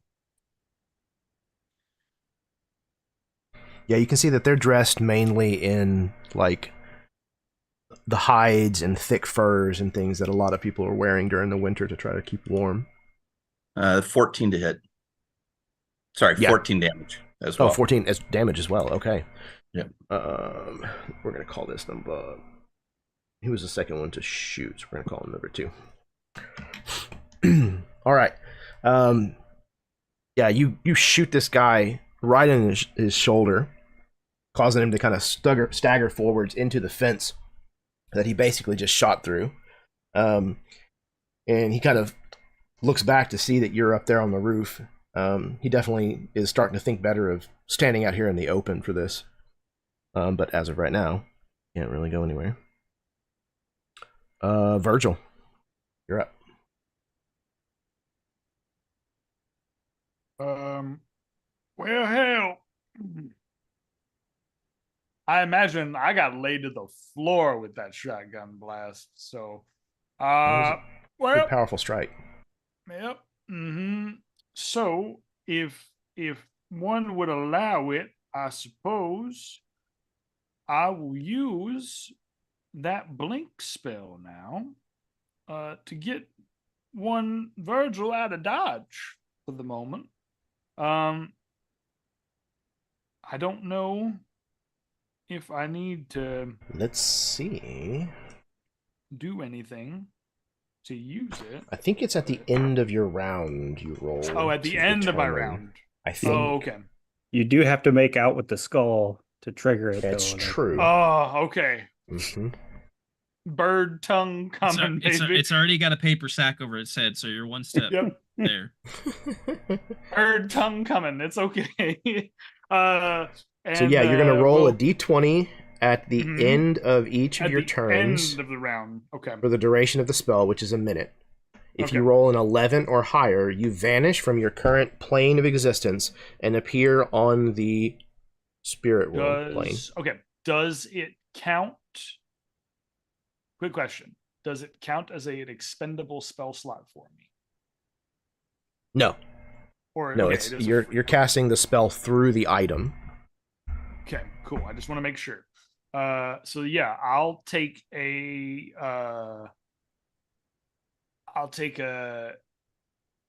recoil Eldritch Blast shot at the dude who shot at me.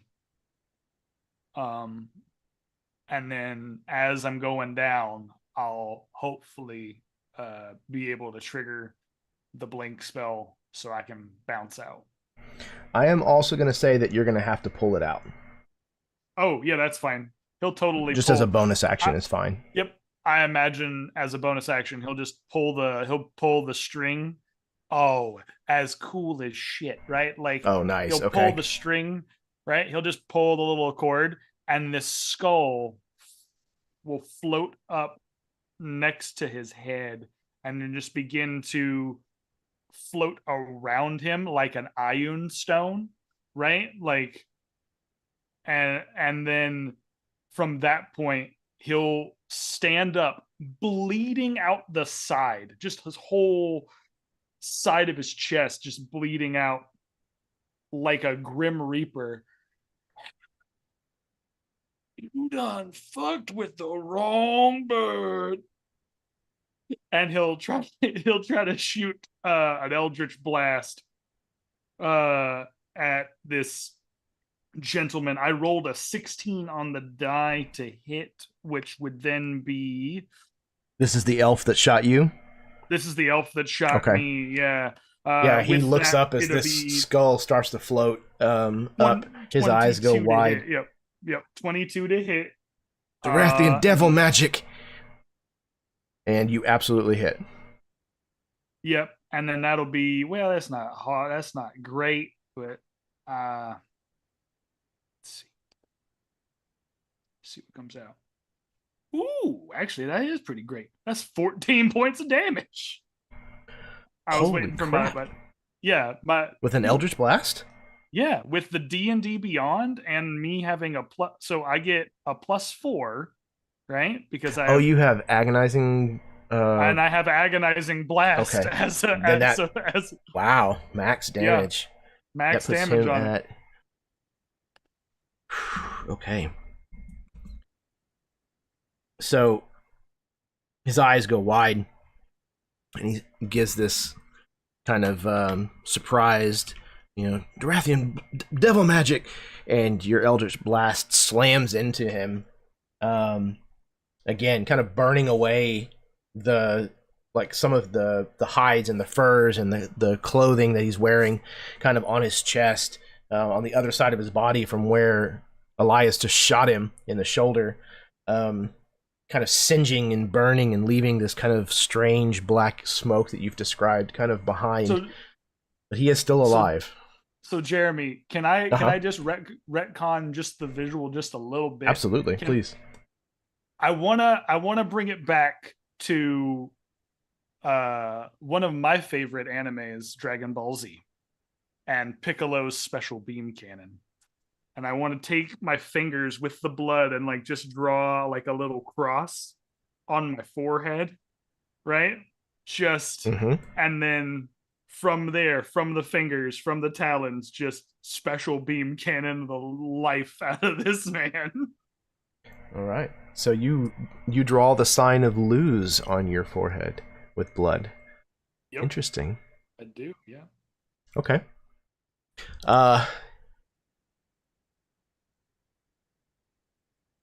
Okay, yeah. You do so, and you hear the wind shift direction as you go to do so, and then you cast your spell. And on the wind, you hear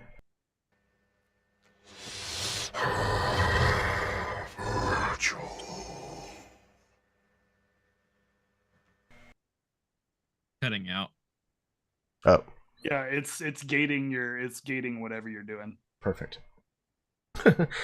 You hear the voice of the gallow tree hiss and say your name. Hey, Virgil! Sorry. I had Yep. to narrate the Gallows Tree's voice for Virgil! you. Yeah.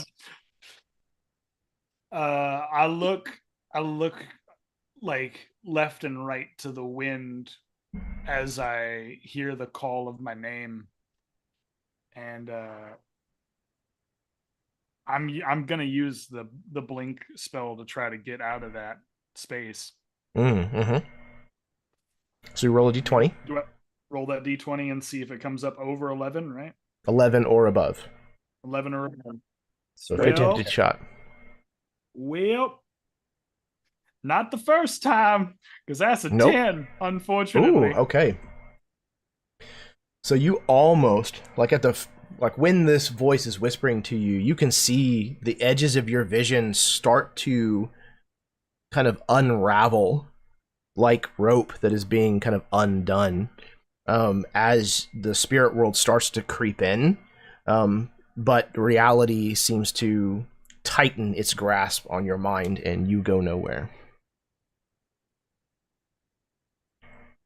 Okay. He whispers under his breath, Oh. son of a bitch. Okay, so that brings us to Soul. Excellent. Soul is So I'm assuming I'm relatively far away. yeah. You're coming out of the Queen's block. Yeah, to the back door of the Queen's block. And sorry, Mhm. I had to take off when you guys did all of the narration of this. What do I see before me now? Oh, okay, yeah. You are running, and as you you're already in the back of the shop, so you can kind of see this out in front of you. There's a place that's kind of behind two other buildings that face the main street. In the area back here is kind of fenced off as a farrier's yard. So there's a blacksmith here making horseshoes and nails and things like that. Although, as of right now, he is currently making his way as fast as he can away from his anvil, because there is a gunfight that has erupted in his little area between this gentleman that you may or may not have noticed in the Queen's block, as well as two others that seem to be with him. And then you can see Virgil and Lucky on the ground, kind of engaged in this fight with them. And Elias is on a rooftop of the nearby building shooting down as well. Got it. And they're in that farrier's yard. Is there like anything? There are horses in there, right? Or are they fucking off right Yes. now too? No, there's a number of horses in there. There's 7 horses. They're all kind of tied to the far side, near where Virgil is, except that one of them looks to have broken loose and is kind of going apeshit. Got it. Virgil's on the ground. Lucky's standing up. There's 3 of these guys that we can see, right? Correct. Shit. Okay. How close to are they to each other? Lucky, Virgil, and the 3 of them are all probably within 50 feet of one another. They're all pretty close. Elias is the only one that is a little further away because he's up on the roof. Yeah, I'm interested in the 3 of them. Oh, I see. Okay, I'm sorry. Jack and there's 2 buddies. Yeah, they're probably within a 15, 20 foot radius. So 30 to 40 foot would get all of them.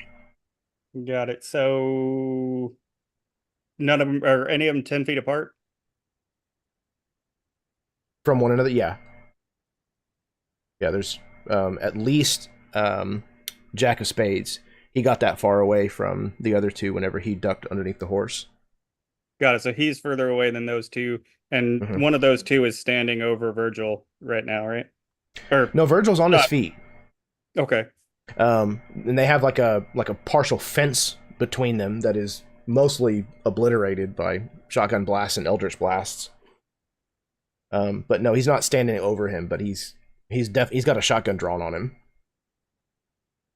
Well, I think whoever's got this, since I don't know all of what's going on, and I know Virgil's fucked up, but not that bad. Whoever's pointing the gun at Virgil, I think I'm gonna try to stay as much in the shadows and out of the way as possible. Not really hiding, but like not getting any closer than 60 feet to that person to engage. So however I can get around there and not be necessarily associated, that's my intent. And then I'll just go ahead and upcast Toll the Dead on that guy at second level. All right. So he You has need a saving throw. Yeah, DC 14 Wisdom saving throw. Okay. DC 14 Wisdom. I doubt that's gonna. No, not at all. Has he got any damage already taken to him? This is the one that's squared off with Virgil. Yes, he does. Excellent. So that would be, I believe, by 1 die when you reach 5th. Oh, wait. So I don't think I have to upcast that. It's a cantrip. So never mind. I don't get to upcast it, but it's just a 1d12. For that Just one. a measly. Well, shit, it could be a 1. That's fair. It is. Oh, no. God damn it. Sorry, Virgil. Fuck, that's my action. Fuck. I did not want to do what I'm gonna have to do next round. What does your spell look like? Or so or this one's sounds like? Toll of the Dead, so it doesn't look like much of anything, fortunately. It just that individual hears like the church bell around him in the air. So I'll assume that like it sounds like the church bell there and is suddenly mildly annoyed, like a mosquito just bit him. Sadly. Sounds like the handbells. Yeah. Shit. Okay. He is definitely still in this fight as well. That was Soul. Alright, it is the gun hand's turn. Mildly perturbed, yet is not keen on letting this bird drop him first. He is going to empty this second chamber of his shotgun at you, Virgil. What was your AC again? You already know it's low enough. It's Fair enough. 14. Yeah, it's Okay. 14. I'm a Then spellcaster. He did hit you with a 16. He Yeah. did determine that you were only 20 feet away. Yep. You were going to take an additional 12 points of piercing damage. It don't matter. Yep. Let's see. You know what? Lucky, this is not a time to brag, okay? This is not a time to brag that you got more AC than I do. No. In this moment, I think he looks down, and where he had been trying to like recuperate his wings and get them back to flying status, like he's trashed now. Like good luck for him flying anytime soon.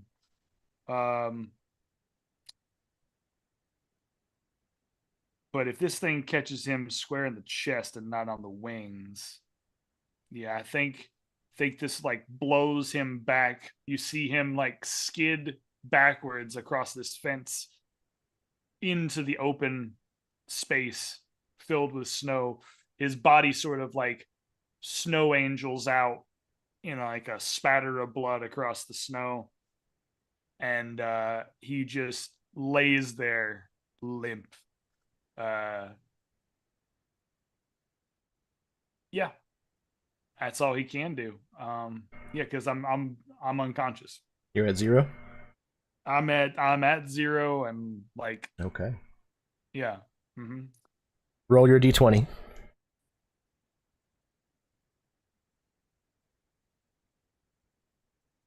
Well, that'll be a 7. So still don't leave Okay. into the Nope. spirit realm yet. No. Though it seems to still be creeping in at the edges of your vision, you do not disappear from this plane. Not yet, at least. Okay, that was one of the gun hands. The other gun hand... oh, wait, I'm sorry. The one that just laid Virgil out is then going to turn and run back towards the main street. He's going to duck between the two buildings. So he is taking off running. The other gun hand with the shotgun, he's got another barrel left before he has to reload. He is... I think he's going to go... He's going to close towards the roof, and he's going to fire up at you, Elias. So, what is your armor class? It's 13, but I've got cover. Yeah. You probably got a +4. So that would give you 17. Sure. Okay. He got you with a 22. Okay. But you are at the very... You'd be on a second story building, so you'd probably be 20, 40. Okay. So you're only in the second range band of the shotgun, though. So it's going to be slightly less. 7 points of piercing. He fires up at you, and the shingles and the edges of the the roof and the siding all kind of splinter upwards in a shower, kind of like up into your face. Several of the pieces of the debris, along with the buckshot, kind of giving you small wounds scattered all over. He also is now empty.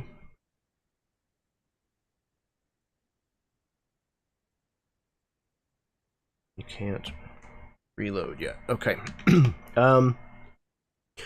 He is going to move towards cover.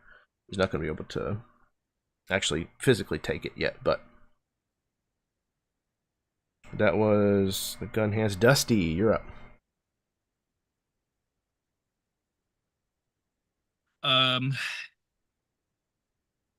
What's your ruling on whether Virgil can hear me at this point? Whether he can hear you what? Whether he can hear me in the state he's in right now. Did you prepare to speak with the dead? I No, see. I'm hoping he's not dead yet. Well, he's not dead yet. Unconscious. Not dead, but unconscious. So yeah, as long as it doesn't say anything about, unless the target is unconscious or incapacitated or, whatever, then I would say that he can still hear you. So I was thinking about using one of my maneuvers as a fighter. It's called Rally. It says on your turn, you can use a bonus action and expend 1 superiority die to bolster the resolve of one of your companions. When you do so, choose a friendly creature who can see or hear you. That creature gains temporary hit points equal to the superiority die roll plus your charisma mod. Okay. You have a point of inspiration? I don't think so. You should have one at the beginning of every session. Okay, then I do. Oh shit! It's Okay. a per session thing. Hell yeah! Yep. Yeah, up till 4. Up to 4 is when you can queue them for. Okay, so then if you wish to cash in that point of inspiration, then I am okay with waiving the can see or hear you for that. Absolutely. I will do that. Okay. All right. I think my die is... Yeah, it's a D8. So it's going to be 4. You'll get 4 temporary hit points. Assuming that'll at least get you awake. That was right back to where I started. So that should be... Yep, that should be enough to wake me up. So what is Dusty's rally look or sound like? And Virgil, how does that bring you back temporarily? Dusty just comes barreling around the corner. If he was if he was looking any more feral than he is at this moment, as he comes around the corner and sees what's happening, he would end up on all fours. He's not quite to that point. He's got this new revolver. He was kind of loading it as he was running out of there. He's got it like in one hand, not ready to fire, but kind of like in that crook where he's holding the trigger area with his hand and he's reaching for this ornate dagger with the other hand, and he sees Virgil on the ground, and he just yells, "Get out of there, you dumb bird!" And that's all his rallying cry is, to try to get him up there. Yeah. All right, perfect. That brings us to the Jack of Spades. Can I get within 60 feet Of whom? of the person that attacked Virgil? He ducked between two buildings, headed back to the main street. I mean, we kind of crash into each other. I guess it depends on which buildings. No, I'm sorry. Yeah, the other side of the yard. Okay.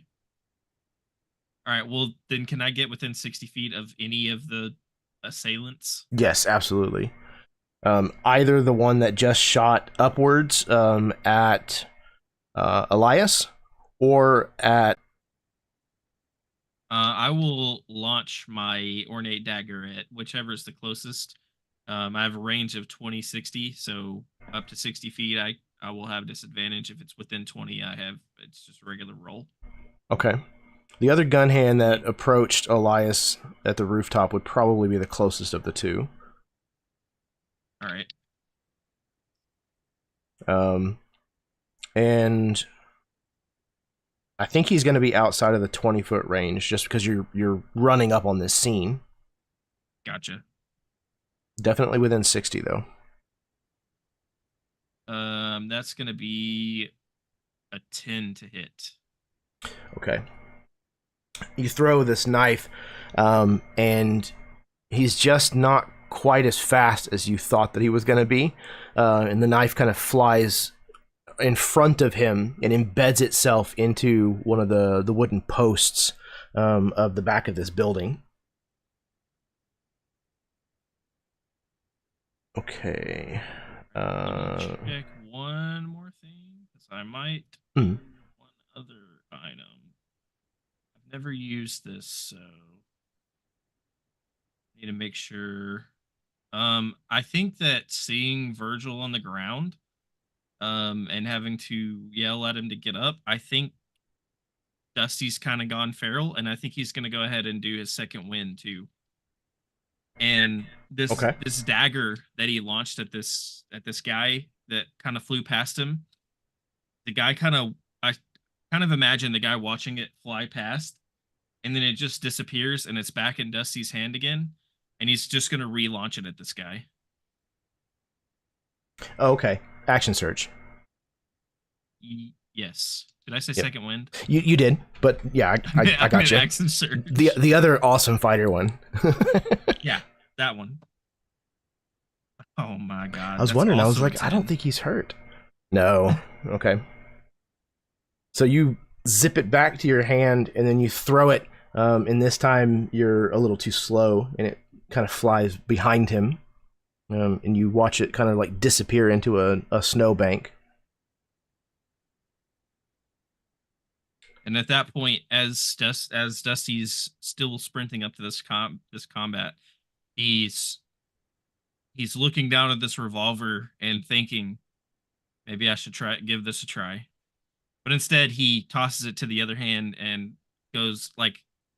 starts pulling this dagger with his dominant hand now, using the excuse that he was throwing with his left hand. All right. Brings us to the Jack of Spades. He now has control of both of his 6 shooters again. He is once again going to attack recklessly.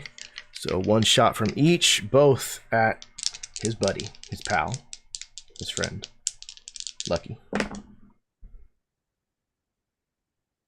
Okay, you have 20 AC. He misses with his first one.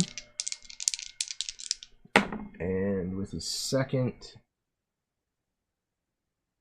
he hits. And this is plus, okay.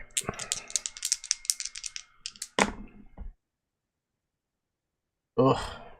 Okay. He is trying to fall back, and he's got both of these revolvers held out and kind of is alternating one after the other. He shoots at you once again, ricocheting off of your metal armor, but the second one actually penetrates your armor, and you take 5 points of piercing damage. Not a grievous injury, but an injury nonetheless. That puts him at 2 on one of his weapons and 1 on the other. Okay. That brings us to the bottom of the round. You know what? Let's take our break here, actually. Put my face back on. Okay. So we're gonna go ahead and take a 10-minute break. We're gonna be right back after these messages. I'm kidding, there are no messages. But sit tight, and we will be back with the second half of session 5 of Thunder Ridge, where we all re-roll new characters.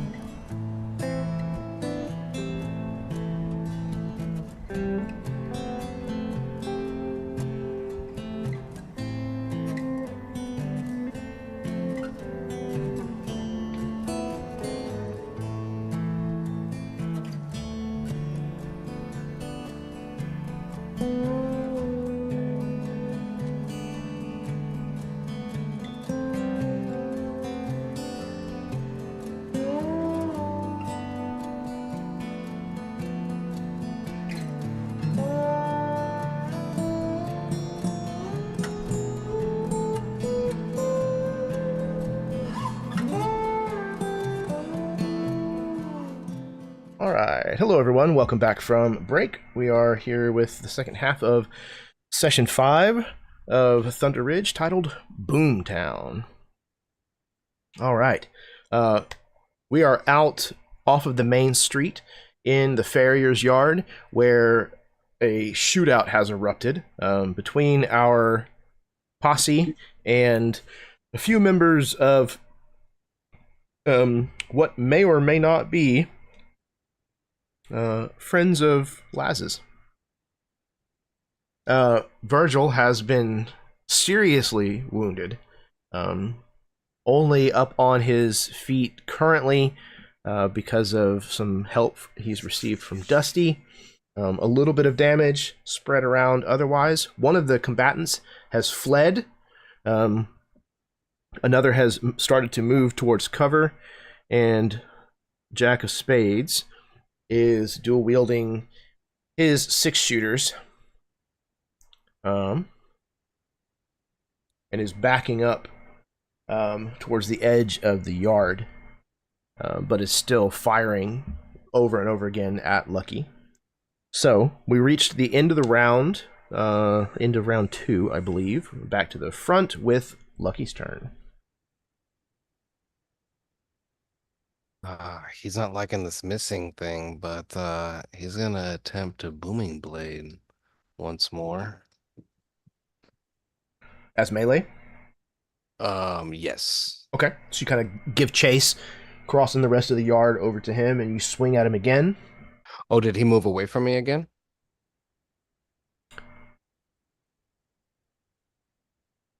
Because I closed the distance on the second round, I believe. That was after he went under the horse?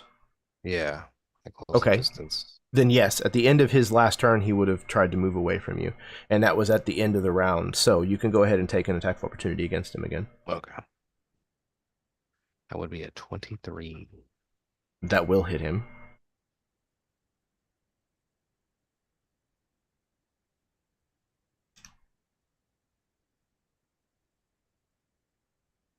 Check the damage.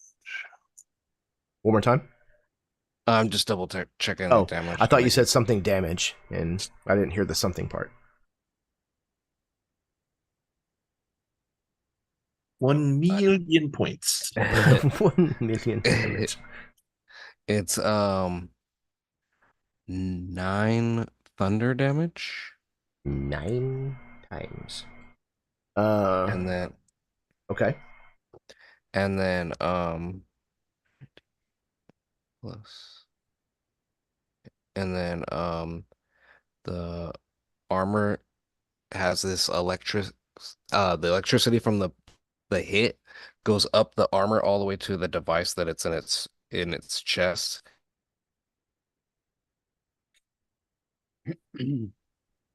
Army. I mean, for the jack of all trades, jack of all spades, and I will do he will, if he tries to attack anyone else other than me, he'll have disadvantage. Okay. And then I will pop out a defensive field from it. Yeah, and I will gain temporary hit points equal to my level.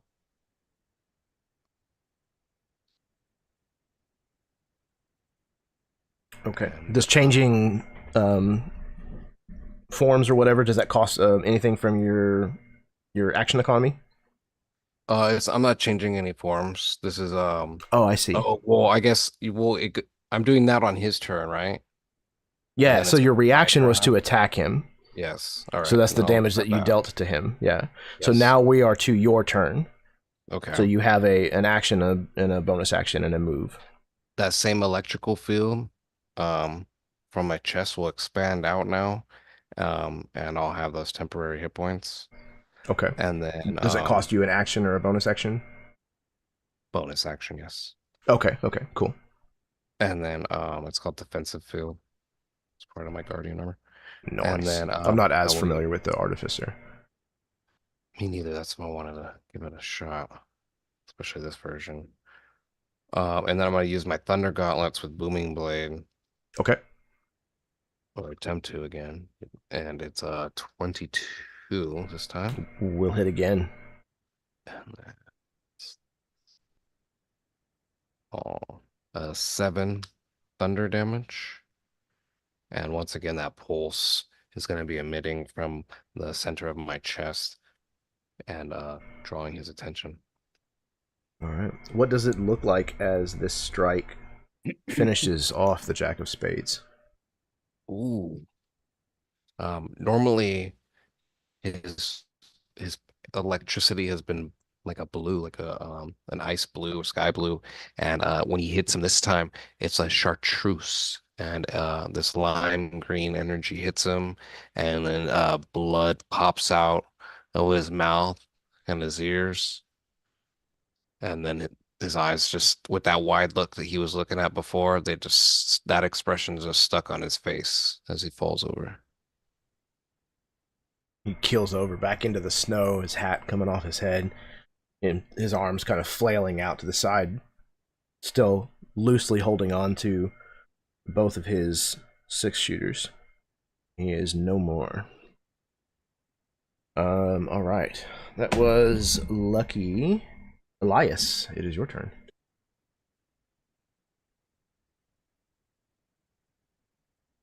All right. So one guy took off, right? Correct. Mm-hmm. Okay. Headed back towards the main street.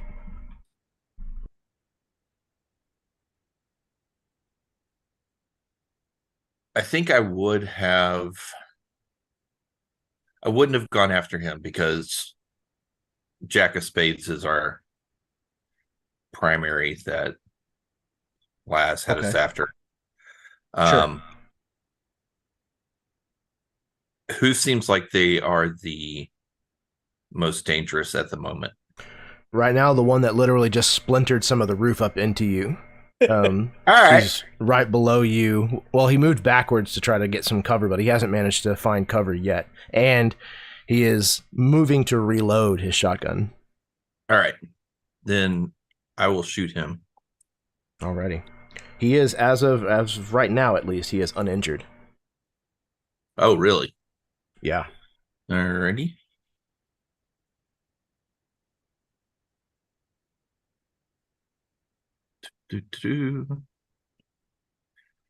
I'm going to expend a grit point and do violent shot. So if I hit, I can roll an additional weapon damage die. Ooh. Okay.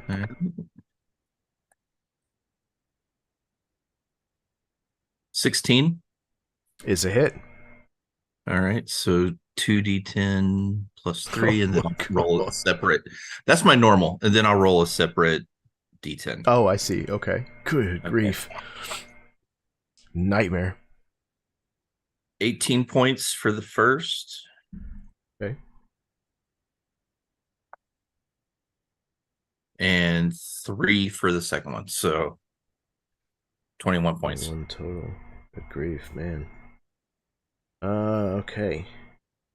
He is not dead, but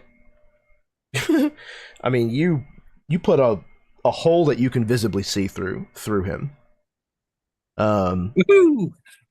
He straight through the middle of his abdomen. He's kind of looking down at it in disbelief, halfway through, like breaking open the shotgun to reload it. Kind of looks up at you, looks back down at this hole. Very quickly, the snow all around him is starting to turn into a cherry snow cone. Virgil. Meat sickle. Correction, I am a meat popsicle. All right, Jeremy. Mm-hmm. So during the break, I was thinking of how I could make this more cool. Then I'm all for that. Okay. What you got? So if I expend my inspiration, okay, I'd like to play off of Dusty's rally that gave me that health, but I want to say that I'm still laying there in the snow. Okay. I haven't gotten back up to my feet yet. Okay. I want to go. Uh-oh, hold up. Let me adjust some things because clearly you couldn't hear me. It's okay. Oh no, I heard I you. was frozen apparently No, I heard you. for a hot second. Can you hear me? You heard me, okay. Yep, So yep. yeah, I can now. My computer went nuts for a second. Okay. So I want to still lay prone in the snow for just a hot second. If you'll allow me to expend it, I want to go 1994 old school Undertaker entrance and have like a lightning strike hit the snow and have him sit straight up out of the snow like a zombie and just like he go. pivots on spurs. It's just Yeah. like completely straight as a board, just from prone like up to standing. Up to standing, exactly. Okay. Sure. You don't have to spin a point of inspiration for that. Oh, It's just okay, descriptive. Yeah. Yep. And then he'll look around for the one that did him in. Can I still see that? Can I still see the gunman from where No. I'm at? Or no? No, he's the one that's running back towards the main street. Okay. Well, I mean, from where you are, you might be able to look between the two buildings that he ran down, because you were more or less kind of in line with that alleyway anyways, because you went on the other side of the fence of this farrier's yard. So Okay. Yeah, I'm gonna see. I'll if say I that can you look... see him like rounding the corner back onto the main street. Yep. So, just like a ghoul in the middle of this snow-covered, which, by the way, below me is this like snow angel of blood that is in the snow, and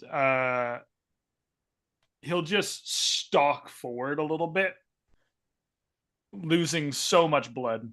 He'll just stalk forward, just like any good Western, and he'll basically aim his fingers down the barrel of this alleyway, seeing him. My Eldritch Blast has 120-foot range. Okay. So I can shoot down this corridor and still hit him, hopefully.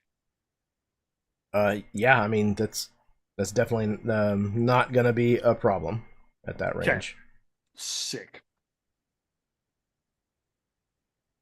And that's not a crit, but that'll do, I think. Can we expend our inspiration to re-roll? Yes, absolutely. Okay, I'll do that. It's to just see if I get not a crit on it. limited to that. No, that's fine. Okay, no, that was the first one was better, so I'll still take it. It'll be worth me trying though. I got a 17 then altogether to hit. That does hit, absolutely. Okay. And then let's see what I get for my damage. Ooh, not bad. That's 10 damage. What does it look like as this kills him? So I think you see him stand up in the snow, aim down the line, and it's almost as if the thorn whip comes out this time from the Eldritch Blast, but it as if the Eldritch Blast is turning into noose, and it comes off of his fingers and leaps out through the corridor, past people everywhere, and then it latches around the neck. It'll hit the back of the neck, latch around the neck, create a noose of green eldritch energy, and he'll take his fingers, his talons, and just pull back, and the mere movement of that pulls the neck taut and pulls him back down to the ground. Yeah, there's an audible gasp from people on the street as he comes running out from between the two buildings. Then this noose wraps around him and yanks, and we hear an audible snap, and people on the street begin to kind of scream and scatter.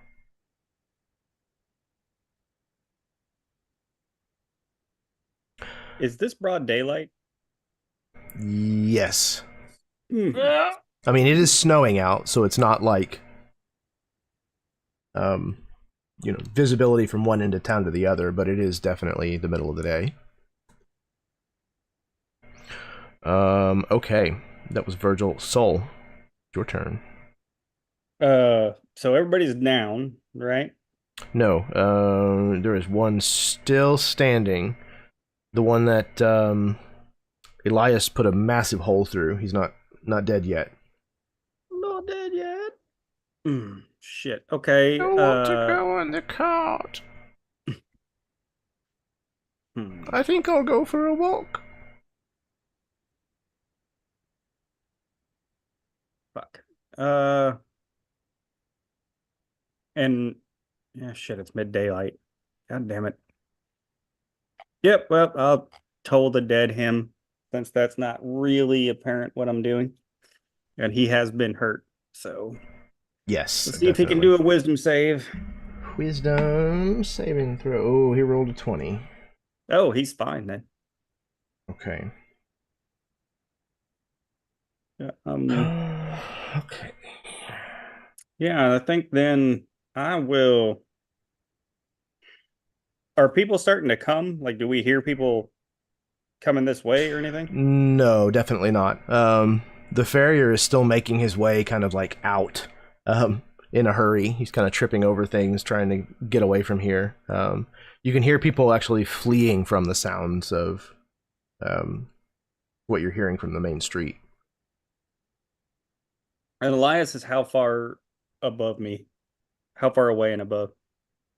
He's probably about 30, 40 feet off the ground. And you were running into the farrier's yard, so maybe 20 to where he is on the roof. So call it 40 feet from you. Yeah, too far for a misty step. You could get closer if you wanted to. Use movement to get closer and then cast it, and you'd be close enough to pop up to him. Yeah, I want to pop up right behind him or right by him if I can. I'm going to burn the misty push him step off and get there. Okay. Deceit. That was my intent the whole time. Curse your inevitable betrayal. Yeah, you can absolutely misty step up to beside him. Is it like a pitched roof or a flat roof? It's flat. Good. It's kind of one of those situations where like the front face of the building is taller than the building itself, but the roof behind it is kind of a big flat open space. And is this of the actual casino? Or not the casino, the billiard hall? No. It's a few buildings down. This is going to be, we'll call this the hotel. Awesome. Works for me. I'm going to definitely then Misty Step, burn the spell slot, Misty Step up next to Elias, be like, Elias, get the fuck down. And so that he's not visible from the street. And hopefully Dusty or Lucky will kill this guy and I can get only 2 of us arrested. Okay. This gun hand is... He's hurt pretty damn bad. But he's also not a greenhorn. Okay. He is going to use his action to reload his double barrel break open shotgun. As he breaks for the opening that leads back towards the main street. He's going to try to make a run for it. Okay, so we reloaded and he's running. Dusty, you're up. I'm gonna make an attempt to get as close to him as I can and launch my dagger at him. My Okay. knife, so to speak. Yeah. You were kind of at the back of the building, having entered the one side, so you basically are just kind of running across the back of the hotel. So you can definitely get within 20 feet. Righty.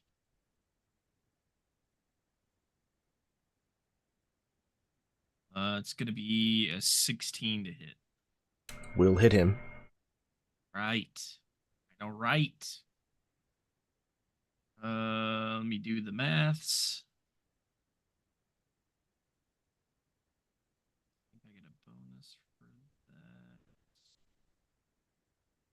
Oh no, it's already calculated. That's gonna be 9 damage. All right. You whip your knife out across the closing distance between you and embed it kind of in the side of his thigh right above his knee. He kind of reaches down and grabs a hold of the leg right above this, kind of crying out and limping, but he's still conscious, still upright, and still running.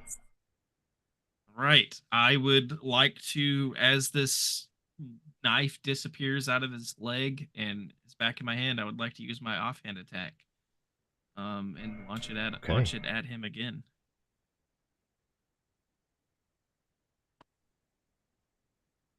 Unfortunately, that's only 13. That is a hit. That is their armor class. Okay. All right. That's going to be 3 more damage. Okay. 3 more. You throw it at him again. This time and sticking into his shoulder, which he now reaches up and grabs a hold of with his free hand, screaming out again. But he is still alive. Why won't you just go down? And that's going to be me.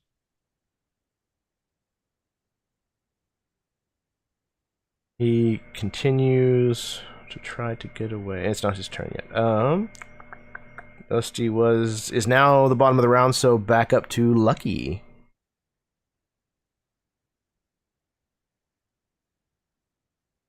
Lucky would like to use his bonus action to offhand his shield into the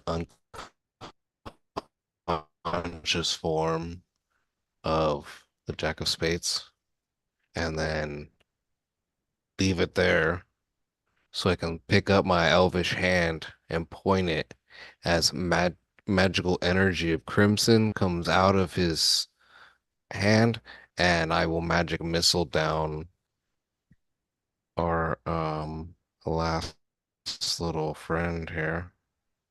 Okay. Which is Just a first level? 24. Yeah. Yeah, that's all I have right now. Yeah, so it should be just 3d4 plus 3. If you're putting all of the missiles into one target. Yeah.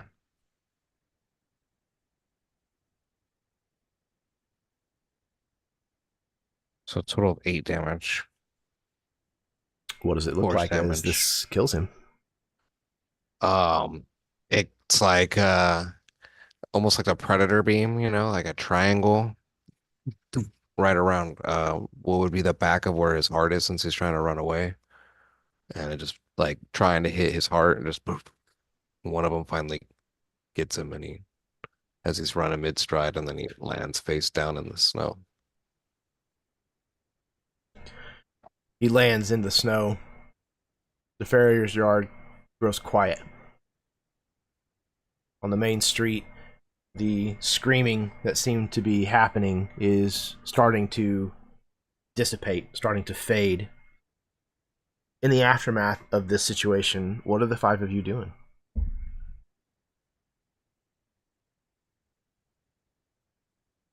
I'm gonna give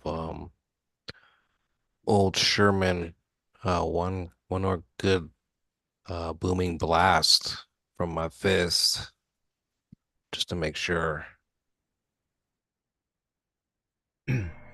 You recognized this man, Lucky. Did you ride with him at some point?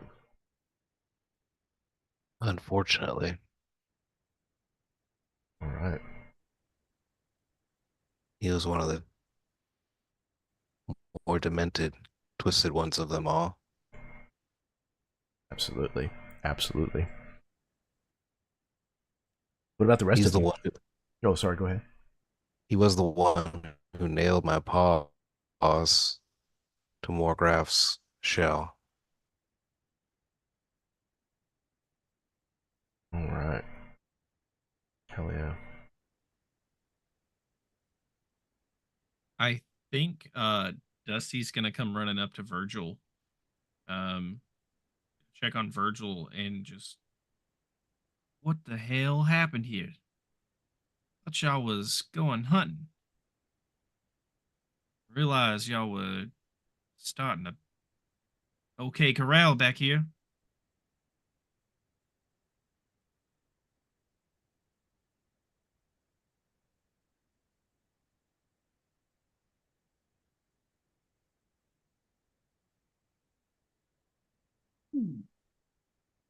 Things went sideways real fast. It'll be all right, though.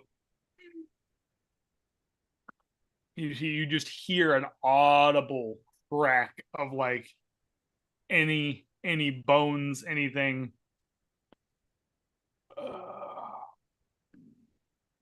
He looks up and picks his hat off of the snow, dusts it off, and like tips his hat to Elias. Well, that was a shit show. Didn't go as planned. Remind me next time. Don't come down here. Stay up top. It would have been better that way.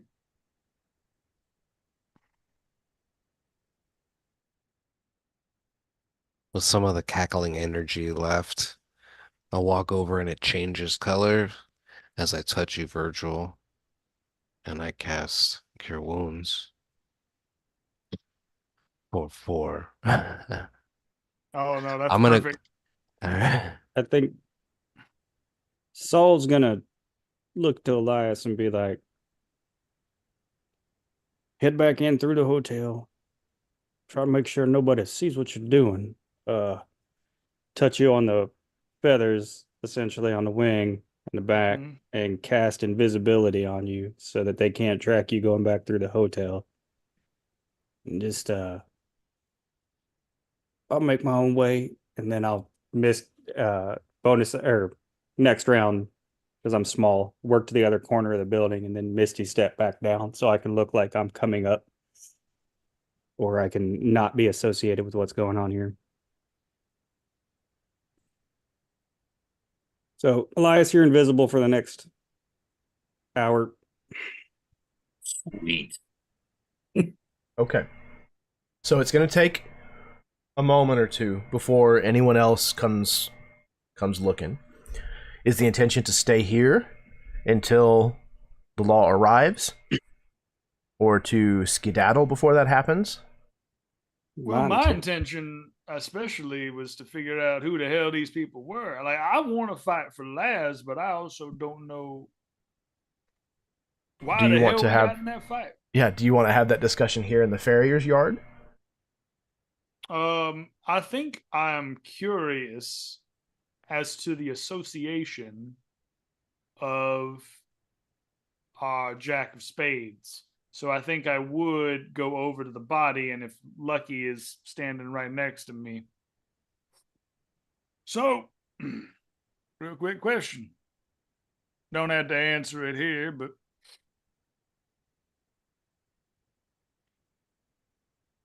what kind of mud hole did we just step in? Through he had opened his helmet up. Seems no associate of mine might have caught up to me. An old associate, you say? Well, something like that. Well, see, now this makes it very difficult for us, Lucky. Because oh shit, oh, we done pissed ourselves right here. You know, we could have been way more. It's my fault, really. It's my fault. I take ownership of that, but that could have gone much smoother than it did.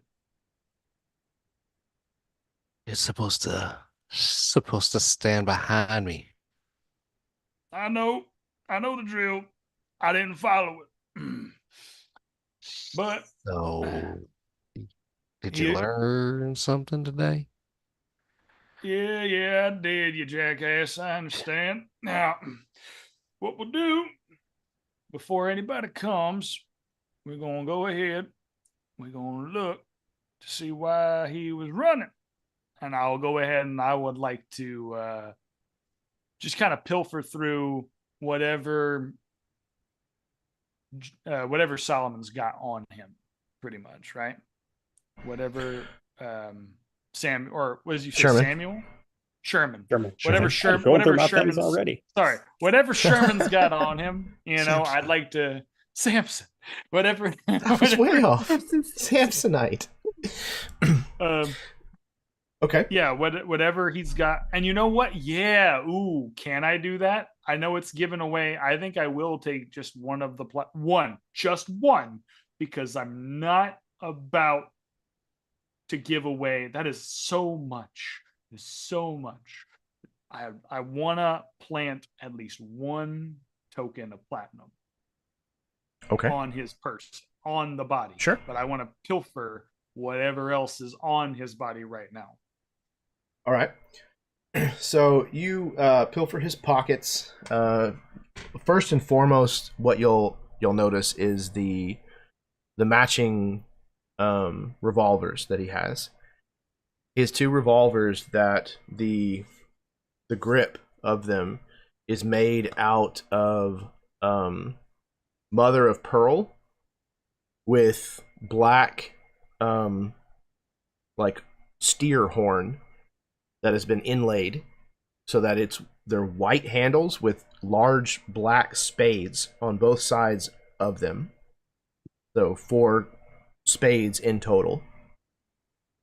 They are very well made guns. They're highly polished, and Lucky could tell you that he has taken an insane amount of care with these weapons. And those guns have probably killed more people than could fill this town.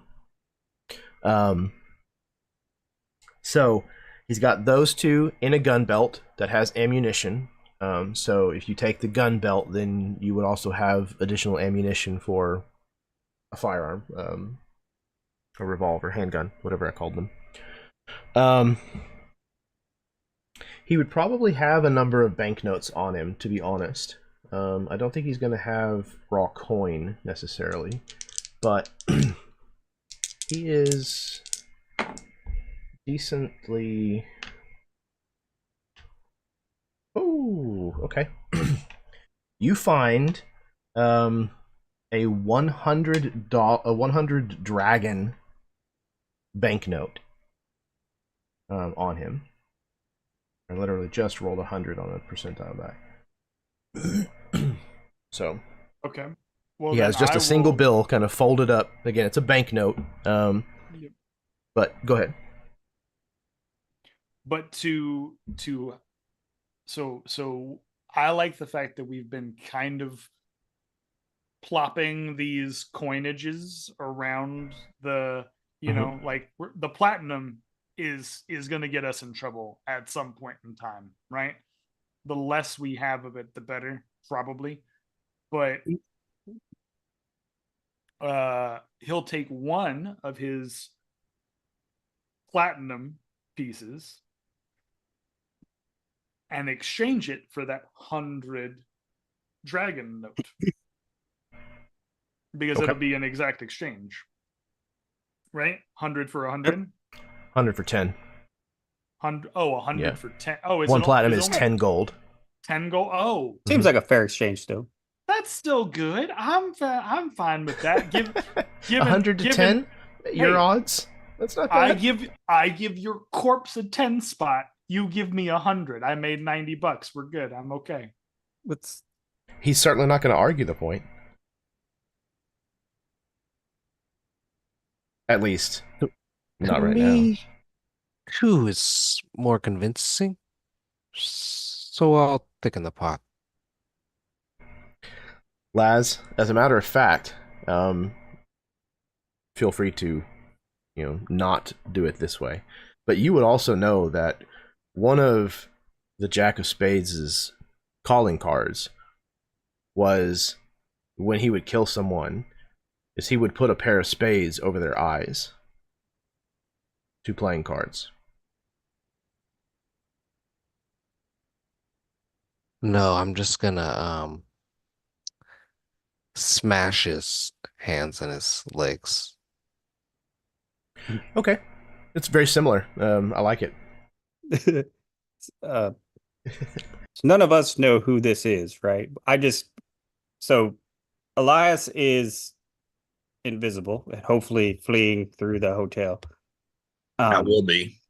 I tossed some platinum over to Virgil, though. Well, this is all quite lovely, but I really don't want any of us to spend any time in jail tonight. So if we could get the fuck out of here right now, that'd be great. I don't know exactly, Virgil, how we're going to explain half your fucking blood and an entire plumage laid out across the goddamn snow, but I suppose that's a conversation we can have elsewhere. I'll be back. And I'm going to Misty Step back down. Oh shit, I can't, I don't think. Oh yeah, I did. I said I was going to do that anyways. That was the 3 spells. Misty Step up, invisibility, Misty Step down. You got I'm messaging Virgil this. I'm gonna make for the sheriff to report that I've seen some ruffian come through town with iron on his hip and evil in his eye. Hopefully you guys can get the fuck out of there. Hopefully he's got a warrant or a bounty on him. Oh All shit, right. Chad's actually very concerned. He's looking over his shoulder. Okay. So after rifling through the Jack of Spades' belongings, Elias is invisible, making his way through the hotel. There's some point where you're going to have to kind of like press up against the wall because somebody is coming out towards the back of the hotel to see if they can get a look down into this farrier's yard to see what all the commotion was about now that the shooting is all done. But it's not hard to kind of just press up against the wall and let them run past. Saul is running out to the street to try to hopefully intercept the sheriff. The other 3 of you, where are you headed? I am attempting to get Virgil once he's done rifling through pockets. Probably somewhere out of sight and somewhere where we can kind of start bandaging up some wounds and stopping some bleeding. And Okay. Are you going to try to make it back to the nearby hideout? Or are you going to try to limp back to the Queen's Block? Or are you just looking for anywhere that's kind of just got some cover? I think, considering how much time has been spent here now, I think for the moment I'm just looking for the closest cover that kind of where we can have a minute, Okay. so we can figure out where we're going. Whether we're going to go back to the Queen's Block and pretend Virgil was already damaged like this, or whether we're going to go back to the hideout directly. Well, I've got to make a trip to the Queen's Block at some point, anyways, because I've got some money waiting. True. On me. Here's what I'll say to this, Jeremy, if you will allow it. I would like to roll because I still have the blink spell going. Okay. Right? It should still be going. I think it lasts for a minute. Yep. Couldn't I attempt to potentially just blink out of there and like? Sure. Give it a roll. Yeah. Oh, yes. It's on 11. Yes. Oh, wow. Okay. Hell yeah. It rolled just enough. So you kind of stand back up. Dusty is trying to kind of collect you and kind of move you on. Kind of you're collecting whatever it is that you've taken from the Jack of Spades, and you take like 2 steps, and then all of a sudden the world around you completely changes. The town of Thunder Ridge is nowhere to be seen around you, and again you're surrounded by these golden, kind of greenish, swirling hues of light as you find yourself. You're in the spirit world, asshole. You see the size of that chicken? This Is the skull normal now? Is like his regular head, or is it still the skull? no, his skull is still floating around behind him. However, Virgil, where you are, when you look back where the skull would normally be floating, you see not the skull, but the spirit of Optun Kone standing behind you.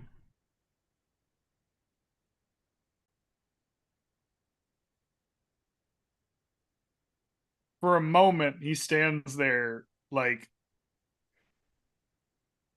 he just stands there kind of like befuddled, and then looks at Optun Kone.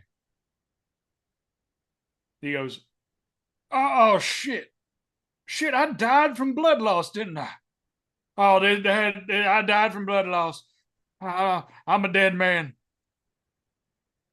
It's gonna be you and me, buddy. For the rest of my days, just like this."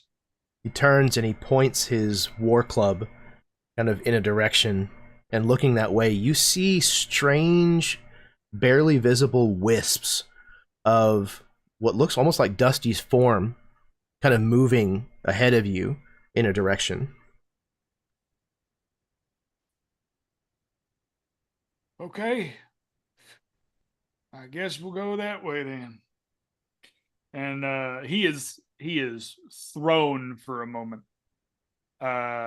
It does not feel comfortable to be here. So he will like making his way to the gallows, just kind of trudge along, following Dusty's ethereal trail in front of him. You follow the Dusty trail. Follow the Dusty trail. Virgil is shooketh. Okay. Dusty, you're able to find some room. So the farrier's yard is kind of at the back of this hotel, and the building next to it is the stable, where some people keep their horses, and people staying at the hotel would keep their horses in their wagons, and such. So there's plenty of room for you to kind of hide in there. There's lots of individual stalls. There's no light inside there. It's shut kind of against the weather, so it's not hard to kind of get in there and find a dark corner to be able to work. Okay. Well, Virgil's gone now, so until he comes Right. back, I don't know You can that I still- can help bandage his wounds in the spirit realm.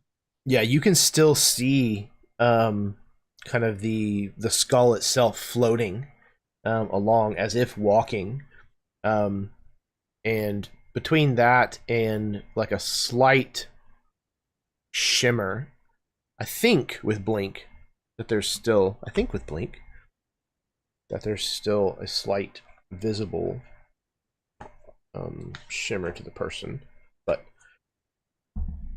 it's not overly difficult, and the skull at the very least seems to be following you. Yeah, I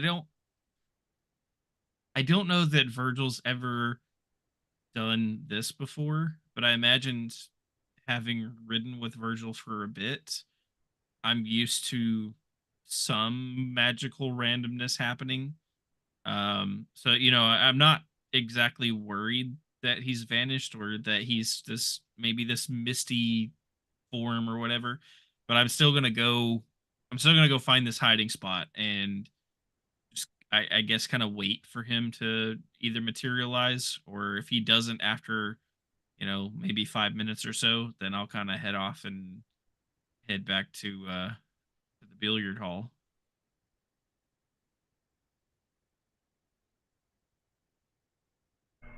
Okay.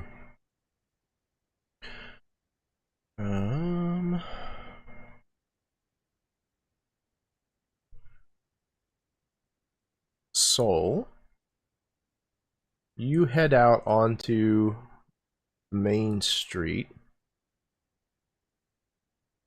Yeah, not looking to run and get the sheriff, looking to Intercede, like interceptor. intercede or slow down and not be Right. coming from that area if I can, right? That's what the last Misty step, to get down off the other side of the hotel and to be coming sort of that Okay. direction. So yeah, you once you make your way back out onto the main street, you definitely see the sheriff is making her way towards you at a pretty brisk pace. I will definitely try to. Well, sheriff, quite a commotion back at the ferry stable. I have no idea what is going on. Well, that's what I came to find out. So, 3 men arguing and working their way back that direction. One was a evil-looking man with blonde hair, and, well, seemed to have iron on his hip at the time and an itch to use it. I have no idea, but how can I help? You I'll need get your muscle? statement. I'll get your statement in a bit. First, I need to find out what's going on. Yeah, well, let's go. And I'll just follow along with her. Okay. Yeah, she's, not overly tall necessarily. She's an elf, so she's a little shorter than a human would be. So her gait might be a little easier to keep up with, but she's definitely taking as long strides as she can. Saul is being... Soul's just running along. Yeah, he's running along, but he's being obnoxiously helpful. Now stand back, everyone. Stand back. Now give Sheriff room to work. Sheriff's got things to do. Well, stay back. It could be dangerous. Yeah, there's definitely like a crowd that's kind of starting to gather kind of at the entrance of kind of the farrier's yard. Soul, you're doing your best to kind of try to clear a path, again, being ever so helpful. The sheriff does not seem to overly pay you much attention. Her focus is certainly on whatever has just unfolded back here. You're somewhat relieved, Saul, when you get back there and you find out that your compatriots have managed to get away from this area before the sheriff arrives. She comes up. Oh, sorry, go ahead. Can I message at that time then? Yeah, absolutely. Like if she's ahead of me, I want to reach out to Dusty via message and be like, Dusty, find the farrier, get him drunk. Can't let the sheriff get him first. Try not to kill him. Right. I guess I'll set out for that task. Okay. Absolutely. The sheriff, Searle, she comes into the farrier's yard with her hand on the hog leg at her side. She kind of looks from where she enters the edge of it, just kind of looks around, trying to take stock of exactly what the situation might be. The horse that had broken free is still kind of like agitated, moving around the farrier's yard, kind of ad hoc. She puts her other hand that's not on her gun kind of up towards the horse, and you hear her speaking Elvish, kind of in a quiet voice, kind of calming and trying to soothe this horse. And she kind of reaches out and touches the horse on the nose, and then very kind of deftly takes the broken leather reins that are still attached, and kind of gains control of this horse, before she kind of leads it over to someone who's standing nearby who can take it. And then she turns around and starts to take a better stock of what happened. She looks up at the roof. It's kind of all shattered and splintered. She looks at these two bodies, one out in the street. Well, sure was one hell of a gunfight. I saw these three men arrive together, though, so whoever they were engaged with, well, there's none of them around. Should we set some time up looking for people, Sheriff? I don't know. It sounds like something wicked let off here, but I couldn't get everything there, but I did hear a few shotgun shots ring off. Yeah, there's two shotguns, one here, one there. This man's unarmed, though.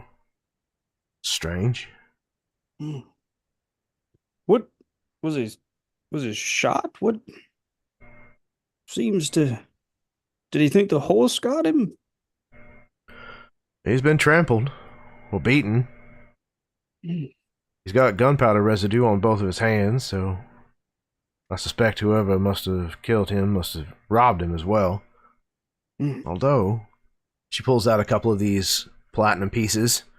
She kind of like tosses them in her hand, knelt down next to him. Why didn't they take these? Well, that is an oddity. Is he... You said you saw him come in this morning. Not a local? No. They arrived with that Tortle fella. Oh. Forgive me, Sheriff. I've recently just come back in from ranging a bit ourselves, and I hate to say it, Sheriff, but did we miss an announcement? There's quite a lot of new faces, and not all of them are, friendly in nature, it seems. She turns to kind of look at you with a, "Oh, you don't say," kind of expression on her face. Not everybody that comes to Thunder Ridge has the town's best interests at heart. You can certainly say that. Well, I'm just curious as to why so many people all of a sudden. Do you think that there's something bigger brewing here? I reckon it has to do with that claim that was found. Ever since that report came in, and everything's just gone haywire ever since. Nothing good comes of those things, in my opinion. Well, try to stay away from them myself. It'll definitely change a lot around here, and it already is, I'm afraid. But she kind of looks back at this individual. But the fellow that this man rode in with carries a star. Oh, He works fellow for the law army. enforcement. Someone you know well? Not at all. As I said, he works for the army. Don't know if this man's ranked or not, but I don't imagine that an army captain's going to take too kindly to one of his own posse being gunned down. Well, 3 of his own posse. Sheriff, if you need any assistance, let me know. Please offer the same to him, I suspect. As I said, I'm not looking for trouble here now, but if you need muscle, I'm here for you. She kind of like gets up, stands up to her full height, and kind of looks at you, and kind of nods with like a little smile. I'll keep that in mind. I appreciate that, Sheriff. I think this has my nerves a bit frazzled. I might retire off for a drink if you need me. I believe that Miss Primrose may be able to calm me down a bit. If you see the rest of those friends of yours, You might want to just remind them to stay out of trouble. Oh, will do, Sheriff. We just went out and worked a bit of a horse trade. Last I saw them, they were trying to find lodging for us for the evening at the billiard hall.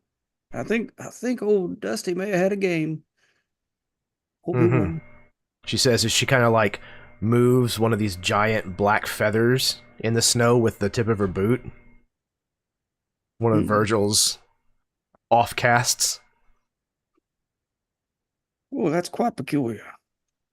I wonder if perhaps we should keep an eye out. I think I might. Appreciate that, Sheriff. If you need anything, you let me know. Oh yeah, I know where you're at. More nothing to hide here, Sheriff. Please seek us out if you need it. Even a comforting word or a hand to rest on the shoulder or a shoulder to cry on after a day like this. You just let me know. She shakes her head and kind of readjusts her hat. All right, folks. Somebody go get the Undertaker. Hell in a cell.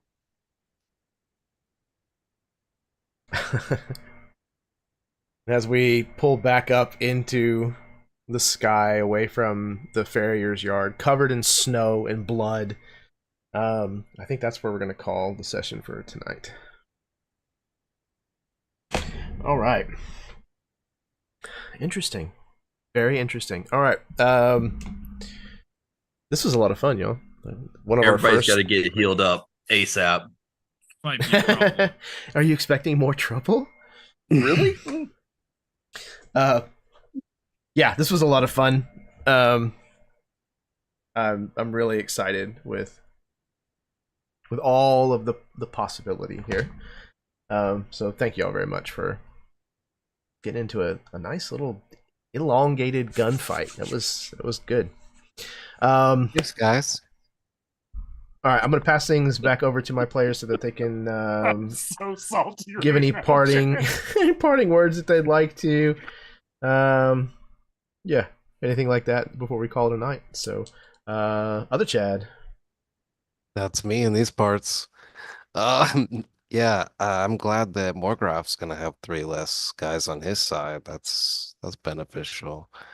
And then he might not necessarily know that I'm coming, hopefully. But hopefully we have the element of surprise. That was a blast. It was very interesting to see some backstory getting unfolded a little here, and we'll see where that goes. And my friend rolled into town with them, so he's not far, and that's good news. That's to my ear. So thank you so very much. Like I said again, you can support Jeremy on the thingy jigger over here, and or you can maybe even get him to run a game for you. And then you could go on Absolute Tabletop on any social media platform that I know of and find some people who will help you to get into games like this or even run your own. So thank you very much all for your time. What a blast. And until next time. Yeah, absolutely. I could not second the recommendation of stopping by Absolute Tabletop any more. It's a fantastic group of people, and although not as often anymore, games still do get put together there from time to time. And yeah, barring that, there are ways that you can get in touch with me and talk about hiring me to run a game for you. So yeah, reach out, let me know. All right, next up we have Glenn. Yep. Thank you, everybody. All the same as other chat above. Reach out to Jeremy anytime you can. To my counterparts, lawyer up, because it's gonna get interesting. And we go from here. But looking forward to a great night. Thanks so much for it. Really looking forward to the next 3 or 4 days worth of background, RP work we do and rest and all of that, so I can regain all those spell fucking slots that I wasted on this one. But no, it was great. Had a great time. Loved it. Looking forward to how it goes next. Reach out to Jeremy, get a game if you can. And if you can't get a game, then keep trying. Absolutely. Yeah, they'll fire up the jacuzzi for you. You can have a nice, calm, relaxing several of days. Maybe get a Swedish massage while you're at it. I'm sure that there's going to be plenty of time before the trial. Next up, we have Todd. Well, that was interesting. Yeah. Looking forward to the next game and see where things play out. And we'll see how we deal with Laz. Or at least have that discussion. But yeah, find Jeremy, have him run a game for you. It's super fun. Thank you, man. I appreciate that. Yeah, I'm having a blast. The Caldera is always a lot of fun to run. And yeah, that was good. It's been a long time since I've had like a straight up just gunfight between two sides like that. That was good. It was good for my soul. All right, speaking of good for my soul, next up is Nathan. So much fun, guys. I also am excited to see what happens next because I was not expecting that twist at the end of who these guys were affiliated with. So knowing the backstory of at least my character and one other character, and now this sounds like we're gonna have some pretty powerful enemies throughout the story. So we might need to do some more preparing of our hideout. That's all I'm saying. Because it might get bad very quickly. But I'm so happy we finally got to play again in this setting with these characters.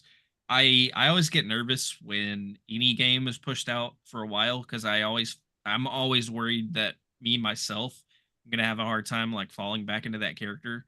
But once we start the ball rolling and everybody starts to role play their characters and we get back into it, it's so easy just to slip back into that rhythm and remember, who Dusty was and who Virgil was and who Soul was and just realize that connection that we all had. And you guys make that easy. You guys make that possible. If you guys weren't such good players, a good DM, and had good characters, that would be a lot more difficult to come back to a campaign after 2 months and just easily be able to slip back into that role again. So thank you guys. Hopefully we don't have to wait 2 months to play again, but if so, then I'll see you guys in 2 months and we'll have just as much fun. Yeah, with any luck, it won't be 2 months, but it'll be already too long.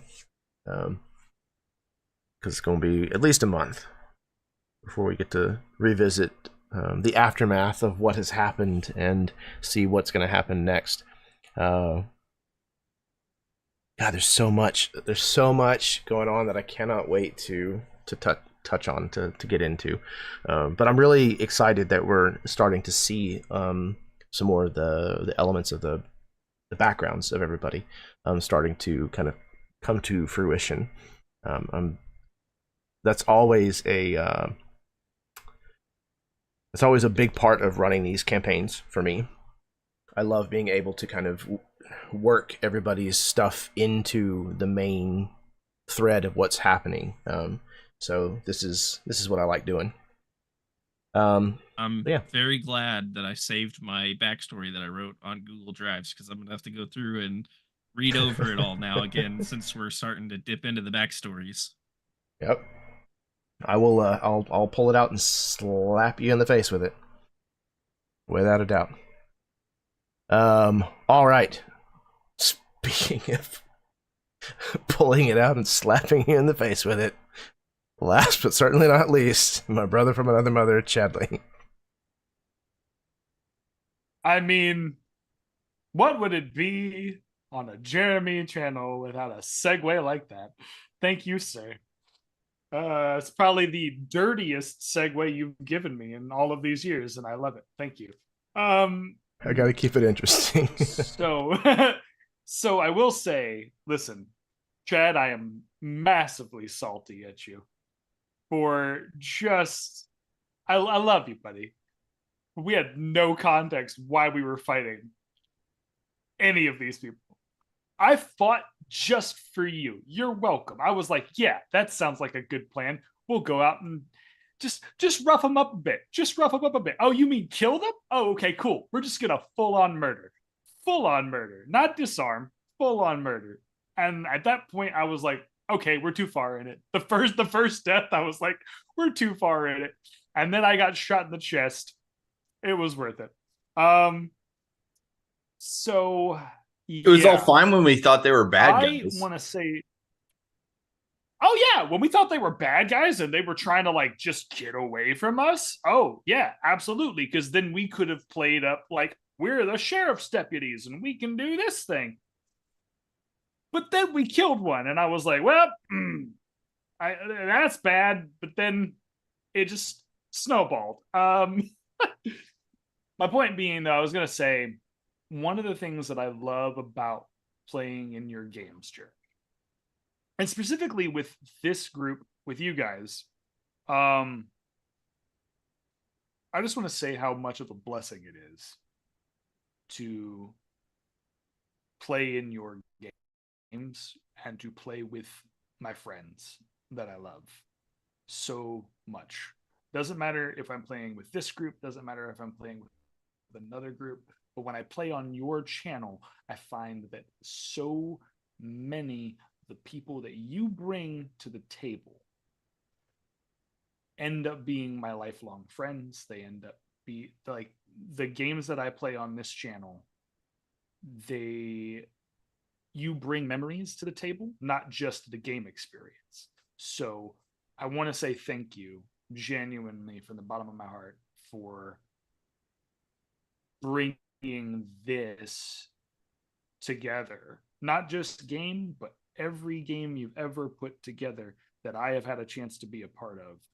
I appreciate and I love you for it, buddy, because these are all wonderful people. They're all wonderful role players, and I get to experience that on a month-to-month basis, and not just for this game, but for any other game that I'm in throughout the months. Every time it's 100% memorable and it's 100% special. We were gone for 2 months and it feels like zero time has passed. Like, that is how special you make this. So just wanted to say a big shout out to you as the GM. You make it so it's easy to get right into the meat of this, you know? And to the rest of the guys, each one of you make it special for me to be here. Like, I appreciate each and every one of you for bringing out the best in me. You know, we were gone for 2 months and I could have completely flubbed, forgotten a bunch of stuff, but it was like as soon as we sat down and as soon as I was able to talk to you guys, the flow of the characters just came out and it works. So yeah, I'm going to stop rambling right now. But yes, if you have a chance, get into one of Jeremy's games. Let him run a game for you. It will change your life. That's not hyperbole. It will change your life because you'll be able to see like what a good, cohesive story can be told when you put the right pieces in place and you really have a love of the genre you're telling. Because that's one thing that I love about not only this, but the settings you do, is that you have a love of this. And because you have a love of this, you allow for the rest of us to love this. And it brings out the best in your stories, brings out the best in your players, and it brings out the best in the characters that are on the table. So I'm going to stop talking now. I love you very much. You know that. I've loved you forever. Anyone watching, please go participate in Jeremy's games, please go to Start Playing, get yourself in a game somewhere. Like, if you don't have the opportunity to do Start Playing, just like watch a game, and then you'll see what I'm talking about, and then you'll go to Start Playing, and then you'll get into a game somehow, some way, because just one game, you'll get hooked and you'll be like, nah, that one game, I can't do a one shot. I got to get a campaign in. Like, you'll see what I'm talking about. Buddy, I love you. I'm going to stop talking now. Because if you don't, I'm just going to keep rambling. It's going to be bad. I appreciate it, Chet. Thank you. That's definitely 2 months worth of commission. Your check's in the mail. I appreciate that. You're welcome, buddy. There you go. That's your commercial pitch. I'm good. I'll get my check in 2 months from now. No, I sincerely do appreciate that, man. Thank you very, very much. It makes me very, very happy to know that you enjoy playing in my games that regularly and that frequently. So thank you. Yeah, this is a very, very fun, very, very special setting. Like I said, I really like running this game. It was the very first thing that I ran on the channel. So getting to revisit it now with how much I've changed as a DM over the last 8-9 years is a lot of fun because everything that I've run between that first campaign and this has been just one-shots. And while one-shots are great, they're really fun and exciting, we don't have the chance to really kind of dive in and kind of dig into like deeper storylines. So I'm really thankful to be able to be afforded the chance to do that for all of you. So so thank you for sticking around and for hiring me to run another campaign after we finished our Harbinger game, and for letting Nathan come and play with us. It's been an absolute pleasure to watch the 5 of you work and figure out how to navigate this web of shit that I'm going to throw at you. So yeah. Yeah, I love this. I love being able to do this. Yeah, TPK next time. So what else? Oh, if anybody has watched, whether you watched live with us or whether you may be watching at some point down the road, thank you. Thank you very, very much. It is deeply appreciated that there are people that find entertainment from us having entertainment. It's awesome that serves 2 purposes at once. I really enjoy that. So if you did like what you saw this evening, then do all the stuff that YouTube likes to see. Hit the like button, do the subscribe thing, share the link around, talk about it with your buddies. You can donate through Coffee. You can go and hire me through Start Playing if you'd like. Go visit the channels. There's a merch. Yep, you can get yourself some big old critties. Who doesn't love big old critties? But yeah. Thank you for allowing me the opportunity to do this, to share my passion and my love for this hobby with an audience. It's freakishly exciting. I love doing this. So I think that's it. Oh, remember, please, that kindness is a free action. It costs you absolutely nothing to be kind to someone, and it can make all of the difference in the world. So it's a free gift that you can give to someone that can make a massive amount of difference to somebody's mental health. So why not? The world definitely needs more kindness in it right now. Well, always, honestly, but especially right now. So go out and be kind. Okay, we're going to stick a fork in it and call it done. Until next time, may your dice roll high and your snacks always be within reach.